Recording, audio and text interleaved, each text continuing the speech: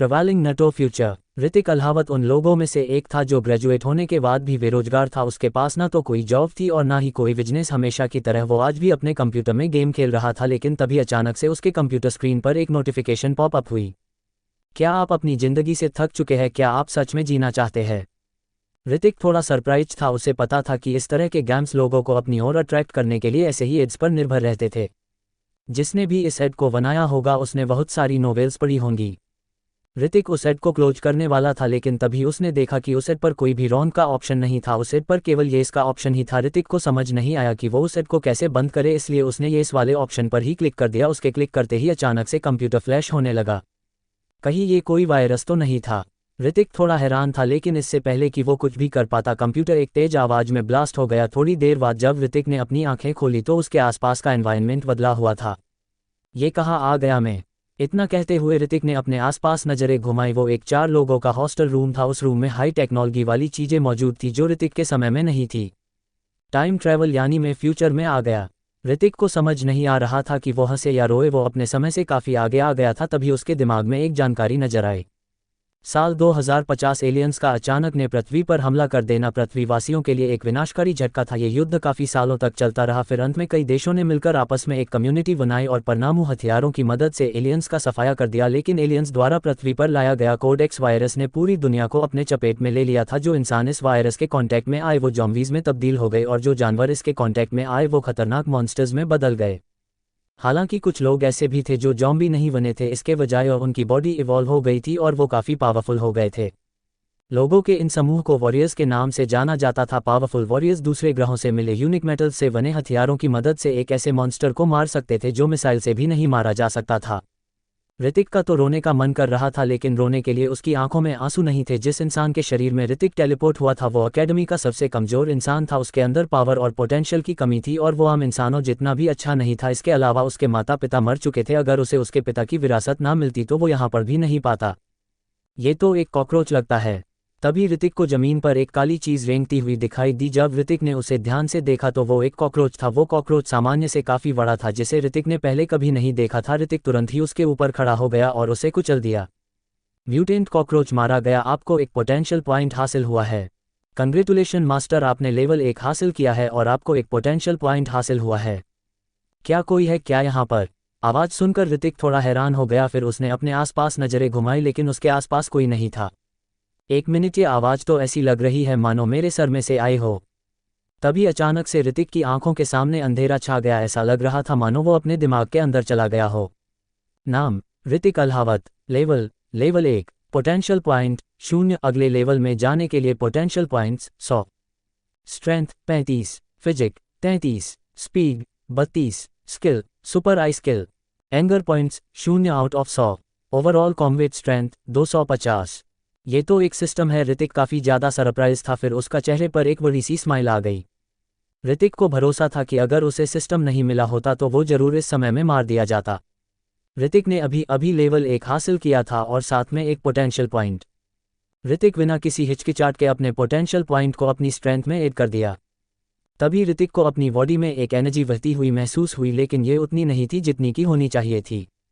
लेकिन तभी अचानक से एक जोर का धमाका हुआ और कमरे का दरवाजा खुल गया। कुछ लोग दरवाजे पर खड़े होकर हंस रहे थे। जो इंसान ठीक उसके सामने खड़ा था उसका नाम अक्षित मदान था, जो थोड़ा लंबा और पावरफुल था, और उसके पीछे रेहान और अमोरा थे। वे तीनों ऋतिक के रूम पार्टनर था, लेकिन हकीकत ये थी कि वो लोग हमेशा ऋतिक की रैगिंग करते थे। जब तक वो लोग थे ऋतिक को फर्श साफ करना था, कपड़े धोने थे और तरह तरह के काम करने थे। जब कभी भी उनका मूड ऑफ था वो ऋतिक को पंचिंग बैग की तरह इस्तेमाल करते थे।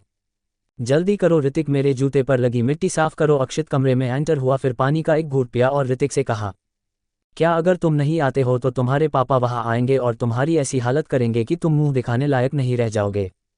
अक्षित में धमकी दी जब उसने देखा कि ऋतिक अभी भी वही खड़ा था और उसे घूर रहा था।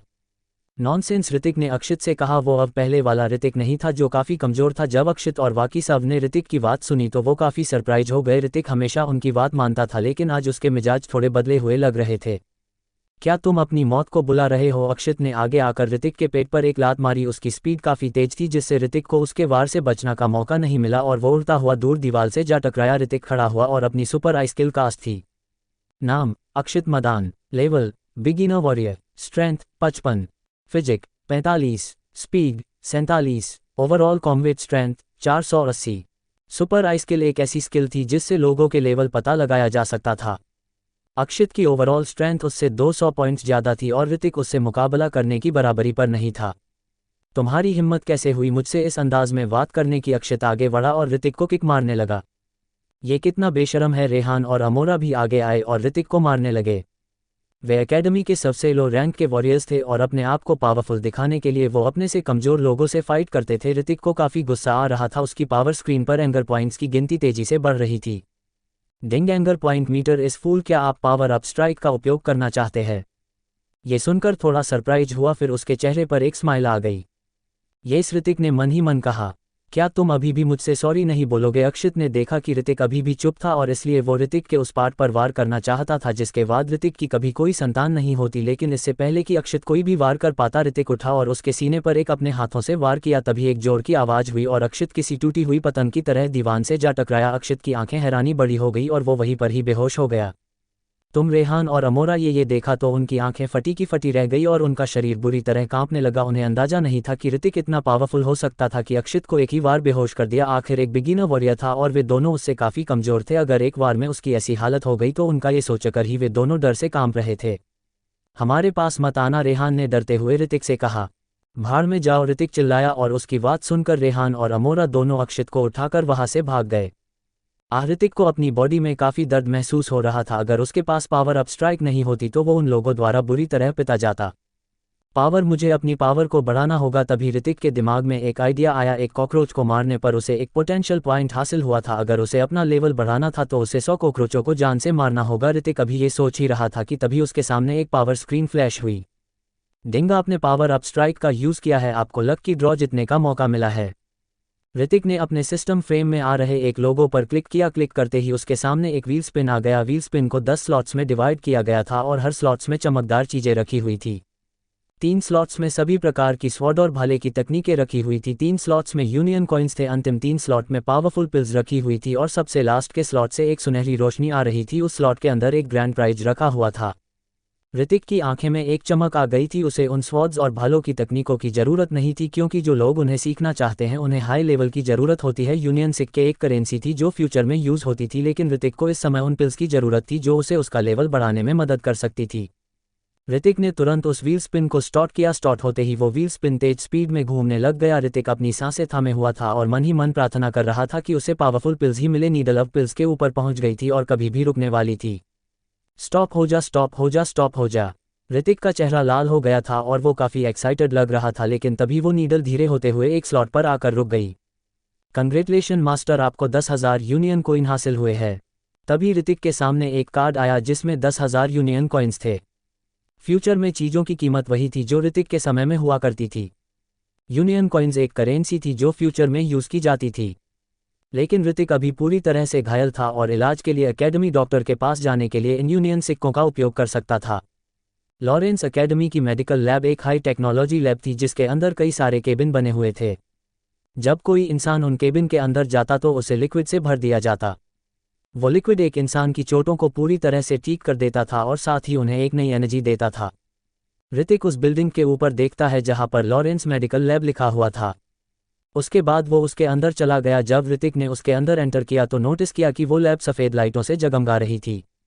तभी ऋतिक को किसी की धीमी आवाज़ सुनाई दी। वो बिना कोई आवाज़ किए आगे गया जहां उसे एक सफ़ेद कोट पहने हुए लड़की दिखाई दी जो किसी चीज़ को बड़े ध्यान से देख रही थी। वो लड़की देखने में किसी परी की तरह लग रही थी। उसने शॉर्ट्स पहनी हुई थी जिसमें उसकी गोरी टांगें साफ दिखाई दे रही थी। उसकी टांगें इतनी लाजवाब थी कि ऋतिक का ध्यान उनकी ओर ही चला गया था। तभी उस लड़की ने बिना पीछे मुड़े ही अपनी मीठी आवाज़ में कहा, कौन है वहाँ पर? उसके बाद वो पीछे पलटी और ऋतिक को देखकर सरप्राइज हो गई। ओह, तो ये तुम हो ऋतिक? उस लड़की ने सरप्राइज होते हुए ऋतिक से कहा। क्या तुम मुझे जानती हो? ऋतिक ने थोड़ा हैरान होते हुए उससे पूछा। तुम्हें कौन नहीं जानता? लॉरेंस एकेडमी का सबसे कमज़ोर लड़का, उस लड़की ने हंसते हुए ऋतिक से कहा। मेरा नाम ऋतिक अल्हावत है, तुम मुझे ऋतिक बुला सकती हो। तुम्हें कौन सा रिकवर लिक्विड चाहिए? उस लड़की का सवाल सुनकर ऋतिक ने अपने यूनियन कॉइन वाला कार्ड उसकी ओर बढ़ा दिया। डॉक्टर शेखावत कहीं नज़र नहीं आ रहे? ऋतिक ने अपने आसपास नज़रें घुमाते हुए उस लड़की से कहा। हाँ, वो आज छुट्टी पर है, इसीलिए आज उनकी जगह पर मैं यहाँ हूँ। वैसे मेरा नाम डॉक्टर लारा है। लारा एक केबिन की ओर इशारा करते हुए उससे आगे बोली, अंदर लेट जाओ। स्मार्ट ट्रीटमेंट केबिन में एंटर करते समय ऋतिक को काफ़ी शर्म आ रही थी। ट्रीटमेंट केबिन में जाने के लिए उसे अपने कपड़े उतारने थे, लेकिन वो अपने अंडरवियर में रह सकता था। डॉक्टर लारा ने हंसते हुए ऋतिक से कहा, तुम शर्मा क्यों रहे हो? लड़की में हूं और शर्मा तुम रहे हो। उसकी बात सुनकर ऋतिक खांसने लग गया और अपने शरीर पर लगे जख्मों पर नजरें घुमाने लगा। उसके शरीर पर तमाम तरह के लाल निशान थे और ऐसा लग रहा था कि कई सारी इंटरनल चोटें थीं जो लोगों की पिटाई से उसके शरीर पर आई थी। जब ऋतिक ट्रीटमेंट केबिन में लेट गया तो लारा ने उसके अंदर एक ग्रीन रिकवर फ्लूइड डाल दिया। ये लिक्विड जितना महंगा था उतना ही असरदार था। हालांकि ये लिक्विड लो लेवल का था, लेकिन ऋतिक की चोटों के लिए काफ़ी असरदार था। ऋतिक के पास अब केवल 200 यूनियन सिक्के ही बचे थे। जल्द ही उस लिक्विड ऋतिक को पूरी तरह से अपने अंदर समा लिया था। 5 घंटे कब बीत गए थे ऋतिक को पता ही नहीं चला। वो लिक्विड अब पूरी तरह से गायब हो चुका था। केबिन का दरवाजा खुला और ऋतिक उससे बाहर आया। जब वो बाहर निकला तो उसने नोटिस किया कि उसकी चोटें पूरी तरह से गायब हो चुकी थी। जो इंटरनल चोटें उसे लगी थी वो भी अब ठीक हो चुकी थी। उसके शरीर पर जो चोटों के निशान थे वो पूरी तरह से गायब हो चुके थे। उसका शरीर एक अलग ही ऊर्जा से भर गया था। ये सब देखकर ऋतिक काफ़ी ज़्यादा हैरान था। उसके पुराने समय में चोटें ठीक होने में कम से कम 1 हफ्ता तो लग ही जाता था, लेकिन उसकी चोटें यहाँ 5 घंटे में ही ठीक हो गई थी। ये ऋतिक के लिए किसी चमत्कार से कम नहीं था। उसे आज भी याद था कि उसके पुराने समय में तांत्रिक वावा भी अपने चमत्कार से लोगों को ठीक कर दिया करते थे। ऋतिक अपने ख्यालों से बाहर आकर अपने आसपास देखने लगा। डॉक्टर लारा वहाँ से चली गई थी। ऋतिक ने भी जल्दी से अपने कपड़े पहने और कमरे से बाहर निकल आया। Episode 2 first fight in Arena. Real combat में जाने के लिए केवल 20 स्लॉट्स ही मौजूद है और हमारी क्लास के सभी बिगिनर वॉरियर्स इसमें शामिल हो सकते हैं, प्रोफेसर राजीव ने क्लास में मौजूद वॉरियर की ओर देखते हुए कहा। क्लास में 20 बिगिनर वॉरियर्स थे और स्लॉट के लिए लड़ने की कोई ज़रूरत नहीं थी। अक्षित मदान कहाँ है? प्रोफेसर राजीव ने देखा कि क्लास में अक्षित मदान मौजूद नहीं था, इसलिए उन्होंने बाकी वॉरियर्स से पूछा। अक्षित मदान सी जिले में अपने हाथ की सर्जरी करवा रहा है। रेहान और अमोरा ने एक दूसरे के चेहरे को देखा, फिर प्रोफेसर राजीव को जवाब दिया। सर्जरी क्या हुआ है उसके साथ? प्रोफेसर राजीव थोड़ा हैरान हो गए और उन्होंने उन दोनों से सवाल किया। ऋतिक और अक्षित के बीच कॉम्बैट फाइट हुई थी, जिसमें ऋतिक ने अक्षित को तब तक पीटा जब तक कि उसकी हड्डियां नहीं टूट गई। उसकी रीढ़ की हड्डी में दरारें भी आई है। रेहान ने अपने दांत पीसते हुए जवाब दिया। क्या तुम मजाक कर रहे हो? रेहान के बराबर में मौजूद लड़का जोर जोर से हंसने लगा और उसने रेहान से कहा।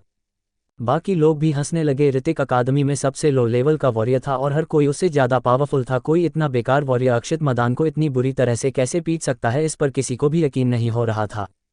मैं कोई मजाक नहीं कर रहा, मैं सच कह रहा हूँ, रेहान ने कहा। उसे भी नहीं पता था कि ऋतिक के पास इतनी पावर कहाँ से आए और उसने एक ही बार में अक्षित की ऐसी हालत कर दी। तो इसका मतलब अक्षित मदान इस बार एरिया A20 नहीं जाएगा, प्रोफेसर राजीव ने कहा। प्रोफेसर राजीव, क्या मैं वहां जा सकता हूं? तभी एक आवाज़ उस क्लासरूम में सुनाई दी। सभी की नज़रें आवाज़ की दिशा की ओर चली गई। जब रेहान और अमोरा की नज़रें दरवाजे पर गई थी तो उनकी आंखें फटी की फटी रह गई थी। दरवाजे पर ऋतिक खड़ा हुआ था जो प्रोफेसर राजीव की ओर ही देख रहा था।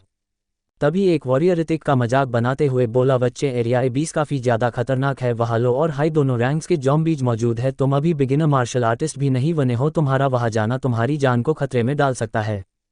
सभी वॉरियर ऋतिक को ऐसे देखने लगे मानो किसी पागल को देख रहे हो। सभी को पता था कि ऋतिक कितना कमज़ोर था और फिर भी वो एरिया A20 जाने की बात कर रहा था। प्रोफेसर राजीव N3 सभी को शांत करते हुए ऋतिक से कहा, ऋतिक, तुम अभी लो लेवल के वॉरियर हो, तुम्हें अभी थोड़ी और ट्रेनिंग की ज़रूरत है, इसलिए जल्दबाजी में कोई भी गलत कदम मत उठाओ। ऋतिक ने प्रोफेसर राजीव की बातों को इग्नोर कर दिया। फिर उस लड़के से बोला जिसने उसका मजाक बनाया था, अगर मैं तुम्हें कॉम्बैट में हरा दूँ तो क्या मैं वहाँ जा सकता हूँ? ऋतिक की बात सुनकर वो लड़का जिसका नाम अभिनव खन्ना था वो गुस्से के साथ ऋतिक से बोला, तुम्हारा दिमाग तो खराब नहीं है लड़के, तुम मुझे हराओगे? इतनी हिम्मत तुम्हारे पास आती कहाँ से है? तुम अभी एक लो रैंक के वॉरियर हो और समझते क्या हो अपने आप को? ऋतिक ने उसकी बातों का कोई जवाब नहीं दिया और तुरंत अपनी सुपर आई स्किल कास्ट की। Abhinav Khanna, level beginner warrior, strength 52, physique 41, speed 37, overall combat strength 443। ये लड़का अक्षित मदान से थोड़ा कमज़ोर है, अगर मैं पावर अप स्ट्राइक का इस्तेमाल करूँ तो इसे आसानी से हरा सकता हूँ। ऋतिक अभी ये सोच ही रहा था कि तभी उसे अभिनव खन्ना की आवाज़ सुनाई दी, अगर तुम मरना ही चाहते हो तो ठीक है बच्चे, अगर तुम्हारी कोई हड्डी टूट जाए तो मुझे दोष मत देना। इतना कहते हुए अभिनव खन्ना हंसने लगा। उसकी बात सुनकर बाकी सब भी ऋतिक का मजाक बनाने लगे। रेहान और अमोरा दोनों थोड़ा हैरान थे, उन्होंने ऋतिक की पावर्स को देखा था, इसीलिए उन्हें अंदाजा नहीं था कि जीत किसकी होगी। प्रोफेसर राजीव ने अभिनव को समझाते हुए कहा, तुम एक बिगिनर वॉरियर हो। लेकिन इससे पहले कि वो अपनी बात पूरी कर पाते अभिनव क्लासरूम से बाहर चला गया। अभिनव एक बिगिनर वॉरियर है, तुम उससे कॉम्बैट करोगे तो जरूर हार जाओगे। एक लड़का जिसका नाम जेम्स था उसने ऋतिक को रोकते हुए उससे कहा, क्लास में केवल जेम्स ही ऋतिक को अपना दोस्त मानता था और उसकी काफ़ी मदद करता था। ऋतिक ने उसे शांत करते हुए कहा, तुम मेरी चिंता मत करो, मैं उसे आसानी से हरा दूंगा। इतना कहकर ऋतिक भी क्लासरूम से बाहर चला गया। उन दोनों के वहां से जाते ही क्लास में हलचल मचना शुरू हो गई। तभी कोई लड़का ऋतिक का मजाक बनाते हुए बोला, आज तो ये गया अभिनव इसे इतना मारेगा कि कई महीनों तक अपने कमरे से नहीं निकलेगा। तभी एक और लड़का बोला, चलो जल्दी चलो उनकी फाइट देखने चलते हैं, जब वो ऋतिक अभिनव से मार खाएगा तो देखने में बड़ा मजा आएगा। यही सब बातें करते हुए सभी लोग क्लासरूम में बाहर चले गए। प्रोफेसर राजीव ने अपना सर पकड़ लिया। उन्होंने कभी नहीं सोचा था कि ऋतिक इतना आत्मसम्मानी होगा। आखिरकार वे दोनों उनके ही स्टूडेंट्स थे और वो नहीं चाहते थे कि उनमें से कोई भी घायल हो, इसलिए वो भी उन दोनों का मैच देखने बैटल एरिना की ओर जाने लगे। बैटल एरिना में बहुत से वॉरियर्स अपनी ट्रेनिंग में लगे हुए थे। जब उन्होंने ऋतिक और अभिनव को ग्राउंड में आते हुए देखा तो वे सभी उनका मैच देखने के लिए वहां पर इकट्ठा हो गए। अभिनव ऋतिक का मजाक बनाते बोला, ऋतिक अल्हावत, शायद तुम्हें किसी के सिखाया नहीं कि अपने सीनियर से कैसे पेश आते हैं। एक बिगिनर वॉरियर की रैंक पर उसकी फिटनेस लेवल ऋतिक से काफ़ी ज़्यादा पावरफुल थी। अब तू तो गया बच्चे। इतना कहकर अभिनव ऋतिक की ओर भागा। उसने अपने पंच में अपनी पावर्स को भरा और ऋतिक के सीने पर वार किया। बैंग! ऋतिक ने तुरंत अपना सीधा हाथ आगे किया और उसके वार को डॉच कर दिया। अभिनव का पंच काफ़ी पावरफुल था, जिसके इम्पैक्ट से ऋतिक को अपने हाथों में हल्का दर्द महसूस हुआ। अभिनव के पंच के कारण ऋतिक के एंगर पॉइंट्स की गिनती 20 पॉइंट्स बढ़ गई थी। ऋतिक इंतजार कर रहा था कि कब उसके एंगर पॉइंट्स की गिनती 100 हो जाए, जिसके बाद वो एक पावरफुल हमला अभिनव के ऊपर करेगा। ऋतिक लगातार अभिनव के वार से बचता जा रहा था। वो पलटकर कोई बार नहीं कर रहा था। भाग कहाँ रहे हो? ऋतिक को लगातार उसके वार से बचता हुआ देखकर अभिनव का गुस्सा बढ़ गया था। हाँ, ये वास्तव में एक इडियट है, इसे केवल बचना आता है। एक बार ये अभिनव के हाथ लग जाए इसका तो कल्याण हो जाएगा। जब लोगों में ऋतिक को भागते हुए देखा तो वे लोग उसका मजाक बनाने से खुद को रोक नहीं पाए। रेहान और अमोरा को पता था कि ऋतिक भेड़ की खाल में भेड़िया था, जो मौका लगते ही पलटवार करेगा। वे दोनों अभिनव की ओर तरस भरी निगाहों से देख रहे थे। उन्होंने ऋतिक को बड़ी आसानी से अक्षित मदान को एक ही बार में बेहोश करते हुए देखा था, और फिर अभिनव तो उससे भी कमजोर था। 30 पॉइंट्स, 40 पॉइंट्स। इडियट, भागते कहाँ हो? अगर तुम्हारे अंदर हिम्मत है तो सामने आओ। अभिनव को काफी गुस्सा आ रहा था। उन दोनों का कॉम्बैट देखने के लिए वहां पर वॉरियर्स की भीड़ जमा थी, इसलिए वो ऋतिक को किक मारकर जमीन पर गिर जा चाहता था, लेकिन ऋतिक उसे लगातार चमका दे रहा था और कोई भी पलटवार नहीं कर रहा था। हालांकि अभिनव ने उस पर कई बार किए थे, लेकिन ऋतिक ने उसके हमलों को अपने हाथों से डॉज कर दिया था। प्रोफेसर राजीव की आंखों में हैरानी साफी दिखाई दे रही थी। ऋतिक का टीचर जीने के नाते उन्हें उसके बारे में काफ़ी जानकारी थी। भले ही ऋतिक में उनसे ट्रेनिंग ली थी और काफ़ी मेहनत की थी, लेकिन उसका पोटेंशियल और फिजिक काफ़ी कमज़ोर थी, इसलिए उसका पूरी एकेडमी में मजाक बनाया जाता था। लेकिन किसने सोचा था कि आज ये लड़का अपने आत्मसम्मान के लिए लड़ जाएगा। हालांकि ऋतिक की पावर काफ़ी कम थी, लेकिन प्रोफेसर राजीव को ऋतिक की आंखों में एक जुनून दिखाई दे रहा था जो उन्होंने पहले कभी नहीं देखा था। तू तो गया लड़के! या अभिनव का गुस्सा 7वें आसमान पर चला गया था और उसने एक पावरफुल हमला ऋतिक के सीने पर एम किया।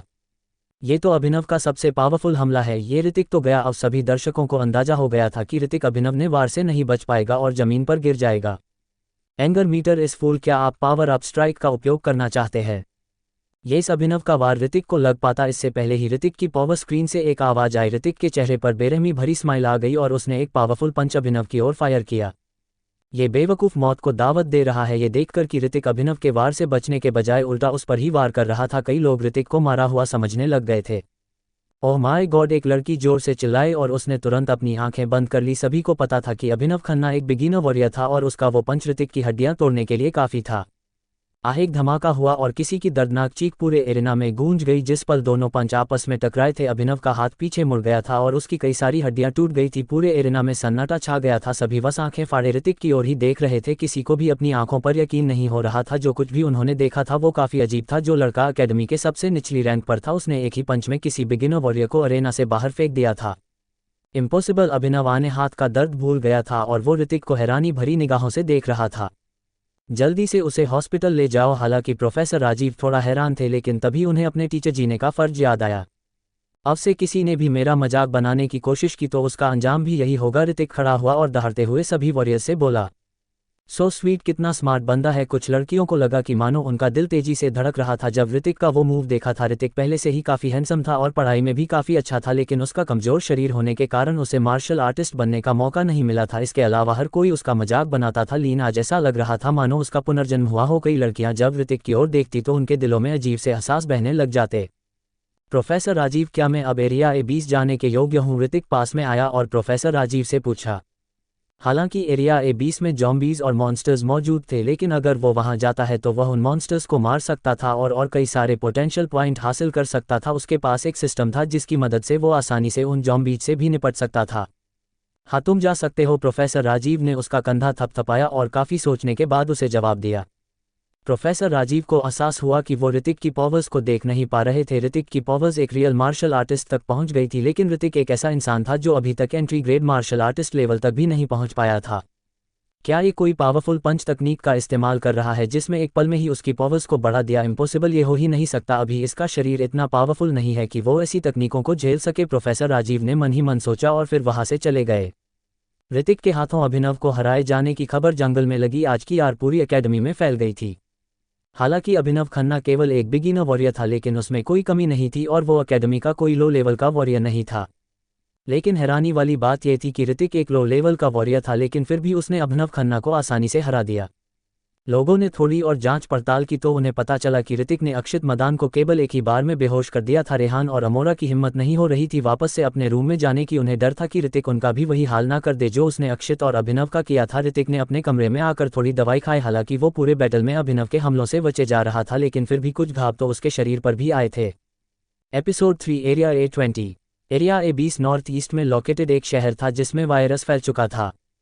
शहर के आसपास के सभी जिले ज़ॉम्बीज से भरे हुए थे। हालांकि वो उतने ज़्यादा खतरनाक नहीं थे, लेकिन किसी लो रैंक के वॉरियर को आसानी से मार सकते थे। ज़ॉम्बीज में भी रैंक्स होती थी जिनमें लो लेवल और हाई लेवल के ज़ॉम्बीज शामिल होते थे। इसके अलावा उन ज़ॉम्बीज के शरीर में एक जीन क्रिस्टल पाया जाता था जिसमें एक एनर्जी होती थी जो वॉरियर्स को अपना लेवल बढ़ाने में मदद करती था। एरिया 51 एक जंगली एरिया था जो चार दीवारी से घिरा हुआ था, जिसके अंदर ना जाने कितने ज़ॉम्बीज और मॉन्स्टर्स खुलेआम घूम रहे थे। उस बड़ी सी दीवार पर एक गेट लगा हुआ था जिसके कारण ज़ॉम्बीज उसके बाहर नहीं आ पाते थे, इसीलिए उस एरिया को सुरक्षित माना जा सकता था।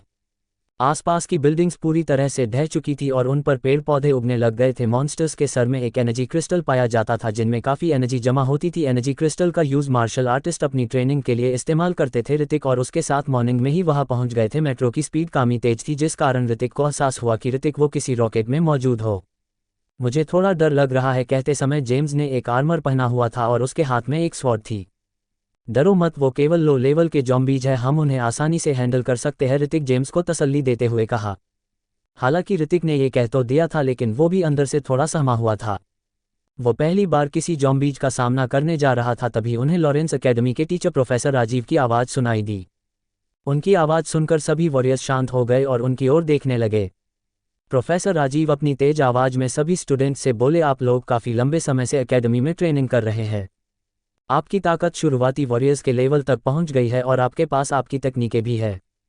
मुझे उम्मीद है कि आप लोगों को लो लेवल के वॉरियर्स का सामना करने में कोई दिक्कत नहीं आएगी। हम ये इसीलिए कर रहे थे क्योंकि आप लोग रियल कॉम्बैट से गुजर कर ही अपनी ताकत को पहचान सकते हैं। जब तक आप जीने मरने की जंग नहीं करेंगे तब तक आप अपनी ताकत को एग्जामिन नहीं कर पाएंगे। पिछले साल कुछ शुरुआती वॉरियर्स यहाँ पर आए थे जिन्हें ज़ॉम्बीज ने काट लिया था और वो मर गए थे। इसका कारण ये था कि उनके दिलों में डर था। इस जीने मरने की जंग से हम आपका वही डर आपके दिलों से निकालना चाहते हैं।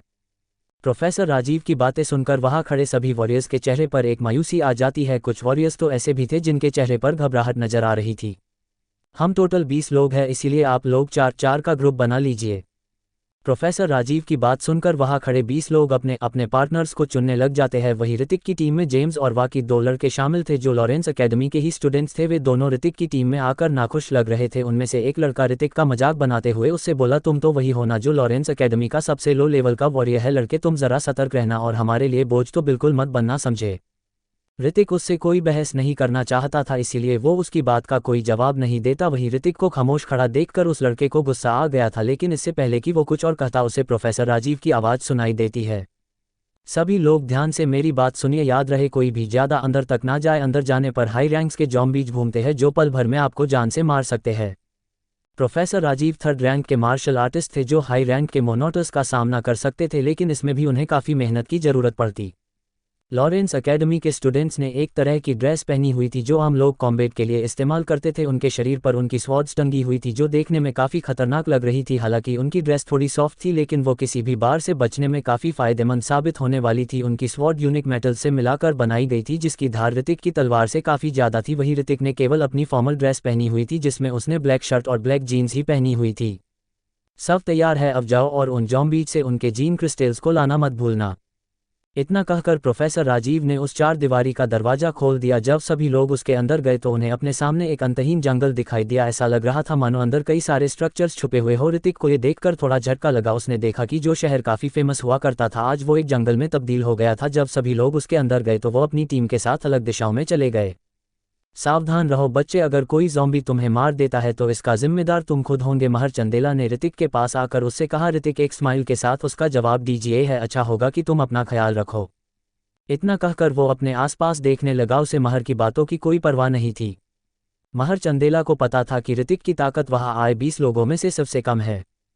वो जानता था कि ऋतिक कई सालों से अपना लेवल नहीं बढ़ा पा रहा था और यही कारण था कि वो आज इतना कमज़ोर था। हर कोई ऋतिक का मजाक बनाता था और उसका दोस्त बनने के लिए राजी नहीं होता था, लेकिन ऋतिक को इन सब की कोई परवाह नहीं थी। ऋतिक को फिलहाल में ही एक सिस्टम मिला था, उस सिस्टम के जरिए वो अपने लेवल को आम वॉरियर्स के मुकाबले काफ़ी जल्दी बढ़ा सकता था। हालांकि ऋतिक को महर की बात भी गलत नहीं लग रही थी। यहाँ रहने वाले ज़ॉम्बीज काफ़ी खतरनाक थे और ऐसे में छोटी सी भी गलती उनके लिए भारी पड़ सकती थी। देखो वहाँ पर कुछ है, तभी जेम्स एक और इशारा करते हुए चिल्लाया। झाड़ियों के पीछे से किसी की लाल आंखें दिखाई दे रही थी। ऋतिक ने तुरंत अपनी सुपर आई स्किल कास्ट की और उस चीज़ को देखने लगा जो उन झाड़ियों के पीछे छुपी हुई थी। सुपर आई स्किल ऋतिक के सिस्टम का ही एक फंक्शन था जिससे वो किसी भी ज़ॉम्बीज या मॉन्स्टर्स का लेवल देख सकता था जो उसके जितना ही या उससे थोड़े ज़्यादा पावरफुल थे। अगर कोई हाई लेवल का मॉन्स्टर हुआ तो ये स्किल उस पर काम नहीं करेगी। ये सिस्टम केवल ऋतिक के पास था, उसके अलावा पूरी वर्ल्ड में ये किसी के पास नहीं था। तभी ऋतिक के सिस्टम से एक आवाज़ सुनाई देती है। रैंक 1 का ज़ॉम्बी, धीमी रफ्तार, तेज दांत, ओवरऑल कॉम्बैट स्ट्रेंथ 380। हद है, ये ज़ॉम्बी को मुझसे भी ज़्यादा ताकतवर है। लगता है पृथ्वी पर मैं ही वो इंसान हूँ जिसका लेवल सबके काम है। ऋतिक अपने दांत पीसते हुए मन ही मन बोला। ऋतिक की ओवरऑल स्ट्रेंथ 200 पर थी जो दूसरे वॉरियर्स से काफ़ी ज़्यादा कम थी। ऐसा लग रहा था कि ज़ॉम्बीज को उन लोगों के वहाँ होने का पता चल गया था। ऋतिक की सुपर आई स्किल गलत नहीं थी, वो ज़ॉम्बी धीमी स्पीड के साथ उन लोगों की ओर बढ़ रहा था। जब तक कोई भी वॉरियर उस ज़ॉम्बी के हाथों नहीं पकड़ा जाता उनसे निपटना काफ़ी आसान था। महर, जेम्स और अभी के चेहरे पसीने से भीग चुके थे। ये पहली बार था जब वे लोग किसी ज़ॉम्बी को देख रहे थे। ज़ॉम्बीज के मुंह में उनके दांत और खून बहता हुआ दिखाई दे रहा था। उन तीनों के मुकाबले ऋतिक काफ़ी एक्साइटेड नजर आ रहा था। अगर वो गलत नहीं था तो उसे इन ज़ॉम्बीज को मारकर जीन क्रिएटर्स हासिल होंगे जो उसे लॉरेंस एकेडमी में एडमिशन लेने के लिए मदद करेंगे। वो तुरंत अपनी स्वॉर्ड उठाता है और उस ज़ॉम्बी की तरफ जाने लग जाता है। उसने अपने नज़दीक आने वाले ज़ॉम्बी पर हमला कर दिया और एक ही बार में उसके 2 टुकड़े कर दिए। उस ज़ॉम्बी के मरते ही ऋतिक की पावर स्क्रीन पर कुछ शब्द चमकते हैं। रैंक 1 का ज़ॉम्बी मारा दिया, आपको 200 एक्सपीरियंस पॉइंट्स हासिल हुए हैं। आपने लेवल 2 हासिल किया है, आपको 2 पोटेंशियल पॉइंट्स हासिल हुए हैं। नाम, ऋतिक अल्हावत। लेवल 2। लेवल 3 में जाने के लिए पोटेंशियल पॉइंट्स 100 पोटेंशियल पॉइंट्स। हासिल किए गए potential points 2 potential points. Strength 36, physique 30, speed 32, skill super ice की। Anger points 0 out of 100। Overall strength 300। अपनी पावर स्क्रीन पर आ रहे इन शब्दों को देखकर ऋतिक काफ़ी खुश हो गया था। पहले उसने सोचा था कि एक लेवल पार करने पर उसे एक ही पोटेंशियल पॉइंट हासिल होगा। किसने सोचा था कि उसे लेवल 2 में जाने के बाद 2 पोटेंशियल पॉइंट्स हासिल हो जाएंगे। हो सकता था कि लेवल 3 में जाने के बाद उसे 3 पोटेंशियल पॉइंट्स हासिल हो जाए। 3। ऋतिक इसके बारे में ज़्यादा नहीं सोचता, वो तुरंत उन दोनों पोटेंशियल पॉइंट्स को अपनी स्ट्रेंथ में ऐड कर देता है जिसके बाद उसकी स्ट्रेंथ 38 हो जाती है। तभी एक दूसरे ज़ॉम्बी ने ऋतिक के ऊपर हमला किया। ऋतिक तुरंत पीछे हटते हुए उसके वार से बच गया। महर चंदेला ने ऋतिक का मजाक बनाते हुए कहा, तुम अभी कमज़ोर हो लड़के, इनसे मुझे निपटने दो। इतना कहकर उसने अपनी स्वॉर्ड के साथ उन ज़ॉम्बीज पर हमला किया जो उसकी ओर ही बढ़ रहे थे। उन ज़ॉम्बीज को अपनी ओर आता देख महर ने तुरंत अपनी स्वॉर्ड घुमाई और कुछ ही पलों में उन ज़ॉम्बीज के सर उनके धड़ से अलग कर दिए। अभी महर की चापलूसी करते हुए बोला, तुम तो काफ़ी पावरफुल हो महर भाई। जेम्स महर का मजाक बनाते हुए बोला, ये पावर तब कहा थी जब ऋतिक अकेले ही उन ज़ॉम्बीज से भिड़ गया था। तुम अपनी बकवास बंद रखो, रेहान ने गुस्से के साथ जेम्स से कहा। वही ऋतिक ने उनकी बातों पर कोई ध्यान नहीं दिया। उसके लिए सबसे ज़रूरी था उन ज़ॉम्बीज को मारकर ज़्यादा से ज़्यादा एक्सपीरियंस पॉइंट्स हासिल करना जिससे वो अपना लेवल आगे बढ़ा सके। जब ऋतिक ने देखा कि महर ने उसके शिकार छीन लिए थे तो उसे काफ़ी बुरा लगा। उसके बाद उनकी टीम एरिया A20 के थोड़ा और अंदर चली गई। आगे जाते हुए जंगल और भी घना होता जा रहा था। उन बड़े पेड़ों के पीछे जाने कितने ही ज़ॉम्बीज छुपे हुए हो सकते थे जो कभी भी उन पर हमला करने के लिए तैयार थे। जेम्स और बाकी सब डरते हुए अपने आसपास देख रहे थे। उन्हें डर था कि कहीं कोई ज़ॉम्बी उन पर अचानक से हमला ना कर दे। तभी महर ने चिल्लाते हुए सभी से कहा, देखो वो ज़ॉम्बीज फिर से यहाँ आ रहे हैं, मुझे इनको मारने दो। जेम्स भी चिल्लाते हुए ऋतिक से बोला, चलो हम भी चलते हैं। वे लोग खुद को पावरफुल बनाने के लिए यहाँ आए थे। उन्हें पता था कि कम से कम वो 1 या 2 ज़ॉम्बीज को तो मार ही सकते थे। महर जल्दी से एक ज़ॉम्बी के सामने जाकर खड़ा हो गया और उस पर अपनी स्वॉर्ड से हमला कर दिया। लेकिन तभी एक तेज की गर्जना होती है और वो ज़ॉम्बी तेजी के साथ महर पर हमला देता है। वो हमला इतनी तेजी से हुआ था कि रेहान को संभलने का मौका ही नहीं मिला और वो ज़मीन पर गिर गया। उस ज़ॉम्बी ने अपना खून से सना मुंह खोला और महर को काटने की कोशिश करने लगा। उस ज़ॉम्बी को महर के ऊपर हमला करता देख अभी ने तुरंत उस ज़ॉम्बी के सीने पर एक लात मारी और उसे पीछे गिरा दिया। ये ज़ॉम्बी इतना तेज कैसे हो गए, ऋतिक ने सरप्राइज होते हुए कहा। इतना कहकर उसने तुरंत अपनी सुपर आई स्किल कास्ट की और उस ज़ॉम्बी का लेवल चेक करने लगा। लेवल 1 का बॉस ज़ॉम्बी। एबिलिटी, तेज रफ्तार, पैने दांत, लो रैंक के ज़ॉम्बीज को बुलाने में सक्षम। इन शब्दों को पढ़कर ऋतिक की आंखें हैरानी में बड़ी हो गई। वो तुरंत जेम्स की ओर देखते हुए बोला, उसके नज़दीक मत जाओ जेम्स। ऋतिक की बात सुनकर जेम्स अपनी जगह पर ही रुक गया और पलटकर ऋतिक से बोला, क्या हुआ, तुमने मुझे रोका क्यों? वो एक बॉस ज़ॉम्बी है, वो लो लेवल को ज़ॉम्बीज को आवाज़ दे सकता है। अगर उसने ऐसा किया तो हम मुसीबत में पड़ सकते हैं। क्या बकवास है, हम इसे आसानी से मार सकते हैं, महर ऋतिक का मजाक बनाते हुए बोला। इतना कहकर वो उस बॉस ज़ॉम्बी की ओर बढ़ने लगा। Episode 4 boss zombie. Boss zombie जानता था कि उसे महर के बार से कैसे बचना है। वो हर बार उसके बार से बचता गया और अपने धारदार नाखूनों से उसके शरीर पर कई सारे कट्स लगा दिए जिनमें से खून बहने लग गया। पैंग महर ने अपनी स्वॉर्ड से उस बॉस ज़ॉम्बी के हाथ पर हमला किया। इसी के साथ एक तेज का धमाका हुआ और बॉस ज़ॉम्बी का हाथ कटकर जमीन पर गिर गया। बॉस ज़ॉम्बी एक तेज की गुहार लगाता है जो पूरे जंगल को हिलाकर रख देती है। देखा तुम लोगों ने, वो सिर्फ एक कचरा है, महर ने घमंड भरी मुस्कान के साथ सभी से कहा। महर तुम्हारे पीछे पीछे हटते हुए घबराहट के साथ अभी ने महर से कहा। ऋतिक ने तुरंत महर की ओर देखा जहां उसके पीछे कई सारे ज़ॉम्बीज उन्हीं की ओर बढ़ रहे थे। उसकी सुपर आई स्किल सही थी। बॉस ज़ॉम्बी ने लो रैंक के ज़ॉम्बीज को अपनी मदद करने के लिए बुला लिया था। उन ज़ॉम्बीज की संख्या दर्जनों के करीब थी। इतने सारे ज़ॉम्बीज को देखकर ऋतिक भी थोड़ा घबरा गया। फिर ऋतिक ने तुरंत अपनी स्वॉर्ड उठाई और तेजी से उन ज़ॉम्बीज की ओर बढ़ने लगा। जेम्स ने ऋतिक को रोकते हुए उसे आवाज़ लगाई, ऋतिक तुम वहाँ क्यों जा रहे हो, वो बहुत खतरनाक है। लेकिन ऋतिक ने उसकी बात का कोई जवाब नहीं दिया। उसे अपना लेवल बढ़ाना था जिसके लिए उसे इन ज़ॉम्बीज का सफाया करना था। ऋतिक ने देखा कि वो बॉस ज़ॉम्बी अभी भी जिंदा था और उसकी बॉडी मूवमेंट कर रही थी। ऋतिक अपने सामने आ रहे एक ज़ॉम्बी को अपनी लॉन्ग स्वॉर्ड से उस पर हमला कर देता है। लो रैंक का ज़ॉम्बी मारा गया, आपको 200 एक्सपीरियंस पॉइंट्स हासिल हुए हैं।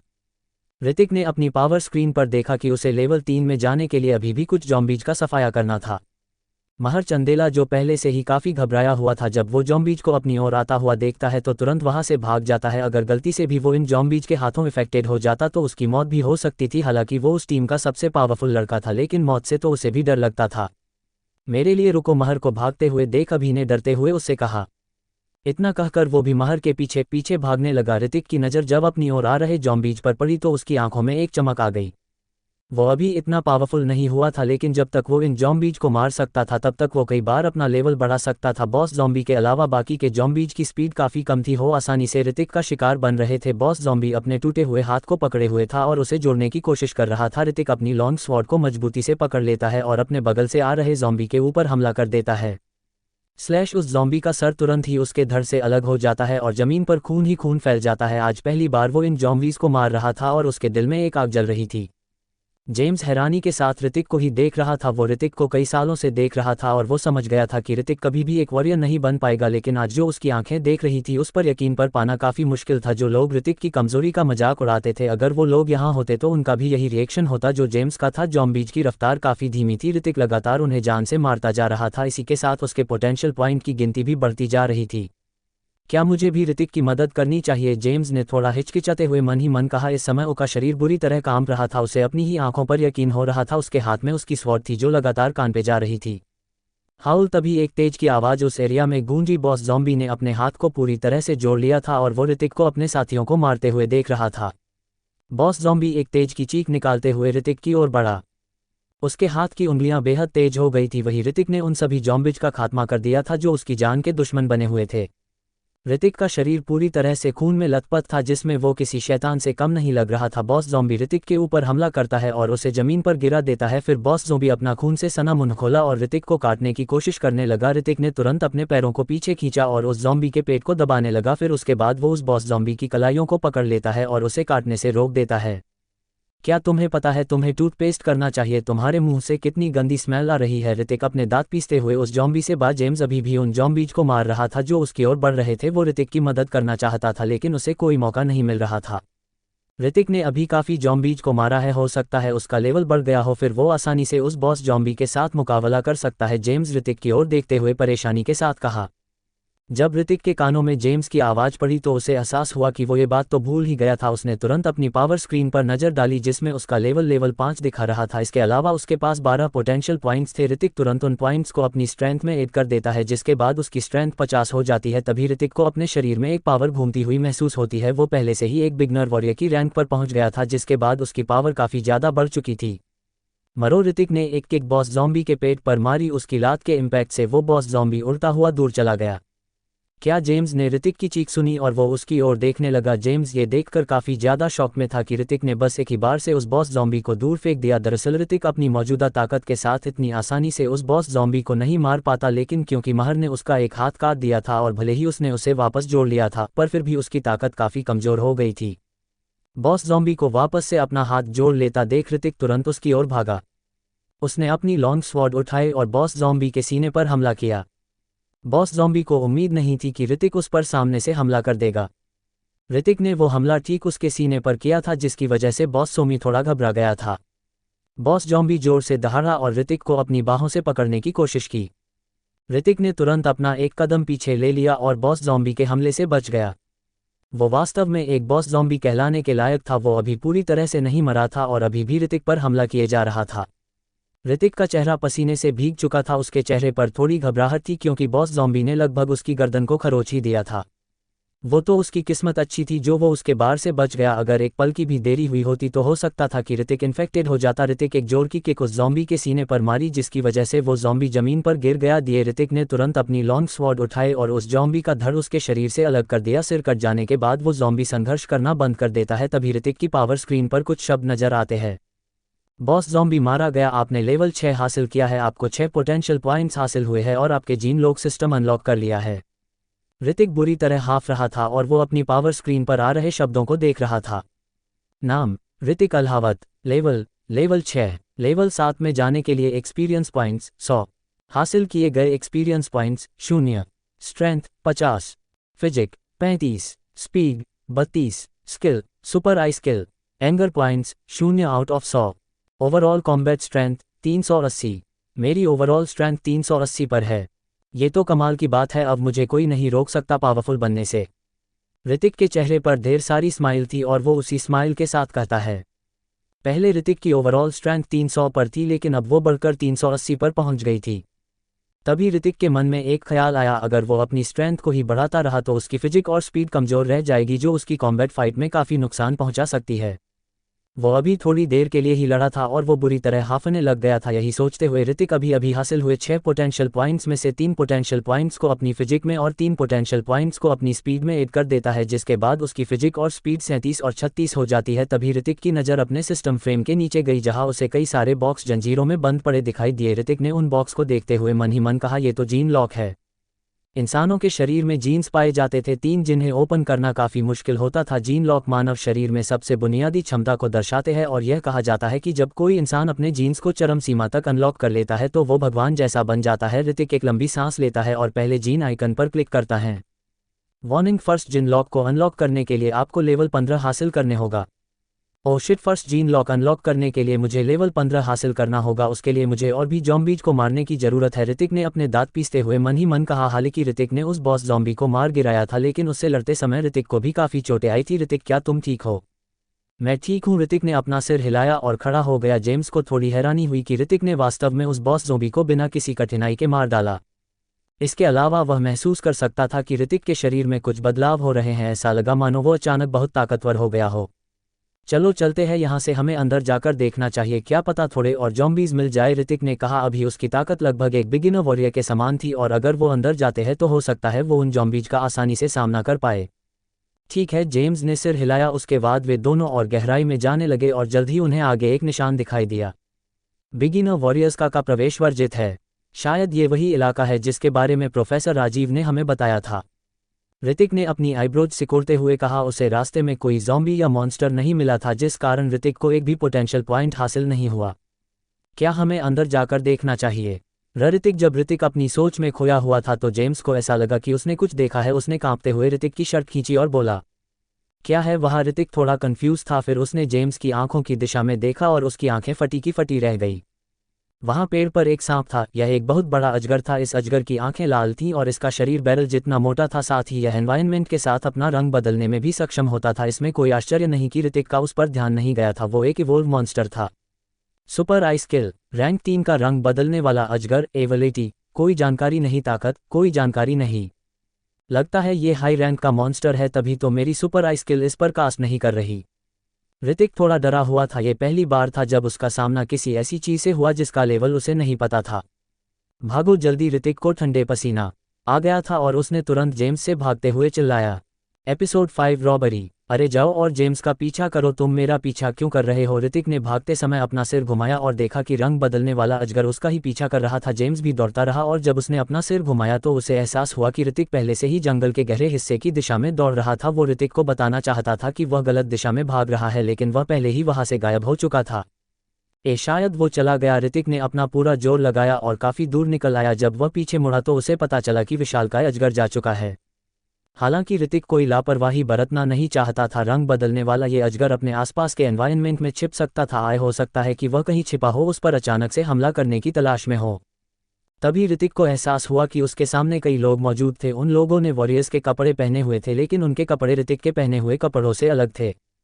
इसके अलावा उनके हाथों में सभी प्रकार के हथियार थे। उनमें से एक आदमी एक इवोल्व मॉन्स्टर की लाश भी ले जा रहा था। ये लोग बहुत पावरफुल लग रहे थे और ये सभी स्पष्ट रूप से रियल वॉरियर थे। ओह, तो तुम लॉरेंस एकेडमी से हो? उस टीम के लीडर ने ऋतिक के कपड़ों पर लगे बैच को देखा और अपनी आईब्रोज सिकोड़ते हुए कहा। ऋतिक को पता था कि वह इस समय गलत जगह पर था। वे लोग एक पावरफुल टीम से थे और वे सभी रियल वॉरियर थे। अगर वे ऋतिक को मारना चाहते तो वो बिल्कुल भी उनका सामना नहीं कर पाता। बड़े भाइयों में बस वहां से गुजर रहा था। ऋतिक ने मुस्कुराते हुए कहा। वह सिर्फ एक बेकार और कमजोर इंसान है। हो, एक आदमी एक बड़ा सा ब्लेड लेकर आया और उसने ऋतिक को पकड़ लिया। उसकी आंखों में एक जानलेवा इरादा था और वो काफी भयानक लग रहा था। अपनी बैटल स्वॉर्ड वही छोड़ दो और तुम जा सकते हो, एक आदमी ने कहा। क्या? ऋतिक ने अपनी मुट्ठियां भींच लीं। उसकी स्वॉर्ड का चले जाना उसकी पॉवर्स के चले जाने के बराबर था। हालांकि वो ये करना नहीं चाहता था, लेकिन उसके पास कोई और ऑप्शन भी नहीं था। इसे मुझे दो, उस आदमी ने ऋतिक का मजाक बनाते हुए कहा। फिर आगे बढ़ा और ऋतिक के हाथ से उसकी स्वॉर्ड को छीन लिया। जैसे ही उसने ऋतिक के हाथ से उसकी लॉन्ग स्वॉर्ड छीनी, वो मुस्कुराया और ऋतिक पर अपनी स्वॉर्ड से हमला कर दिया। इस तभी एक भयानक आवाज सुनाई दी। ऋतिक को काफी घबराहट हो रही थी और वो तुरंत से एक तरफ हट गया। वो आदमी जिसने ऋतिक की लॉन्ग स्वॉर्ड छीनी थी वो खून से लथपथ एक बड़े मुंह के अंदर चला गया था। वो आदमी अगले ही पल रंग बदलने वाले अजगर के द्वारा मार दिया गया था। ऋतिक जो एक तरफ हट गया था, उसका कलेजा उसके मुंह को आ गया था। वो बहुत खतरनाक था और अगर वो तुरंत नहीं हटा होता तो शायद वो भी उस अजगर के द्वारा मार दिया जाता। उस टीम के ये लोग काफी ज्यादा शौक में थे। रंग बदलने वाले अजगर का शरीर आसपास के पेड़ों के समान हरे रंग का था। साथ ही वो अपने आसपास के एनवायरनमेंट में छिपने में माहिर लग रहा था। यह एक रैंक 3 का इवॉल्व मॉन्स्टर है। रंग बदलने वाला अजगर। उस भयानक सीन को देखकर एक इंसान की चीख निकल गई। रंग बदलने वाला अजगर। उस टीम के लोग थोड़ा हैरान थे। वो अजगर सबसे पावरफुल तो नहीं था, लेकिन काफी भयानक था। सस सस सस! वो आदमी जिसने ऋतिक की लॉन्ग स्वॉर्ड को छीन लिया था पहले ही रंग बदलने वाले अजगर के मुंह में समा चुका था। उसका सिर बहुत बड़ा था और उसने अपनी लाल जीभ बाहर निकाली हुई थी। वह बेहद खतरनाक लग रहा था क्योंकि वो अपनी लाल आंखों से सभी को घूर रहा था। एक लंबी स्वॉर्ड पकड़े आदमी ने अपने साथियों की ओर देखा और चिल्लाया, जल्दी से इसे खत्म करो। ये एक रैंक 3 का इवॉल्व मॉन्स्टर है। इसका एनर्जी क्रिस्टल और इसकी खाल लाखों में बिक सकती है। उसे सुनकर कुछ लोगों की आंखें चमक उठीं। जैसा कि कहा जाता है, पक्षी भोजन की खोज में मर जाते हैं और मनुष्य धन की खोज में मर जाते हैं। इस समय वे सभी लोग काफी एक्साइटेड नजर आ रहे थे। ऋतिक ने इस मौके का फायदा उठाया और तुरंत ही झाड़ियों में छिप गया। उसने अपनी सुपर आई स्किल कास्ट की और उन लोगों का लेवल चेक करने लगा। वे लोग रैंक 1 के वॉरियर्स थे। वॉरियर्स को 1 से 9 तक रैंक किया गया था और रैंक 9 के वॉरियर सबसे पावरफुल माने जाते थे। ऐसा कहा जाता था कि रैंक 9 के वॉरियर की ताकत देश में एक परमाणु हथियार रखने के बराबर थी। लंबी स्वॉर्ड वाला आदमी हवा में अपनी तलवार लहरा रहा था। उसकी उस तकनीक से आसपास की हवा में मानो हलचल मच गई। तभी उसने उस रंग बदलने वाले अजगर पर सीधा हमला किया। रंग बदलने वाला अजगर बहुत तेजी से आगे बढ़ा और जब उस आदमी ने अपनी तलवार उसके शरीर पर मारी तो वह तुरंत उससे बच गया। फिर उसने अपना बड़ा मुंह खोला और उस आदमी को निगलना चाहा। तभी एक पावरफुल शरीर वाला एक आदमी तेजी से वहां आया। उसके हाथों पर स्टील के ग्लव्स थे जो कीलों से ढके हुए थे और उसने उस अजगर के सिर पर मुक्का मारा। क्या? लेकिन उस अजगर को उसके मुंह से बिल्कुल भी चोट नहीं आई। इसके बजाय उसने अपनी पूंछ उछाली और हटे कट्टे आदमी को हवा उड़ा दिया। तभी वहां खड़े एक आदमी की आईब्रोज सिकुड़ गईं और उसके हाथ में कई खंजर बाहर निकाले। उसके बाद उसने उन खंजारों को सीधे उस अजगर की तरफ देखा।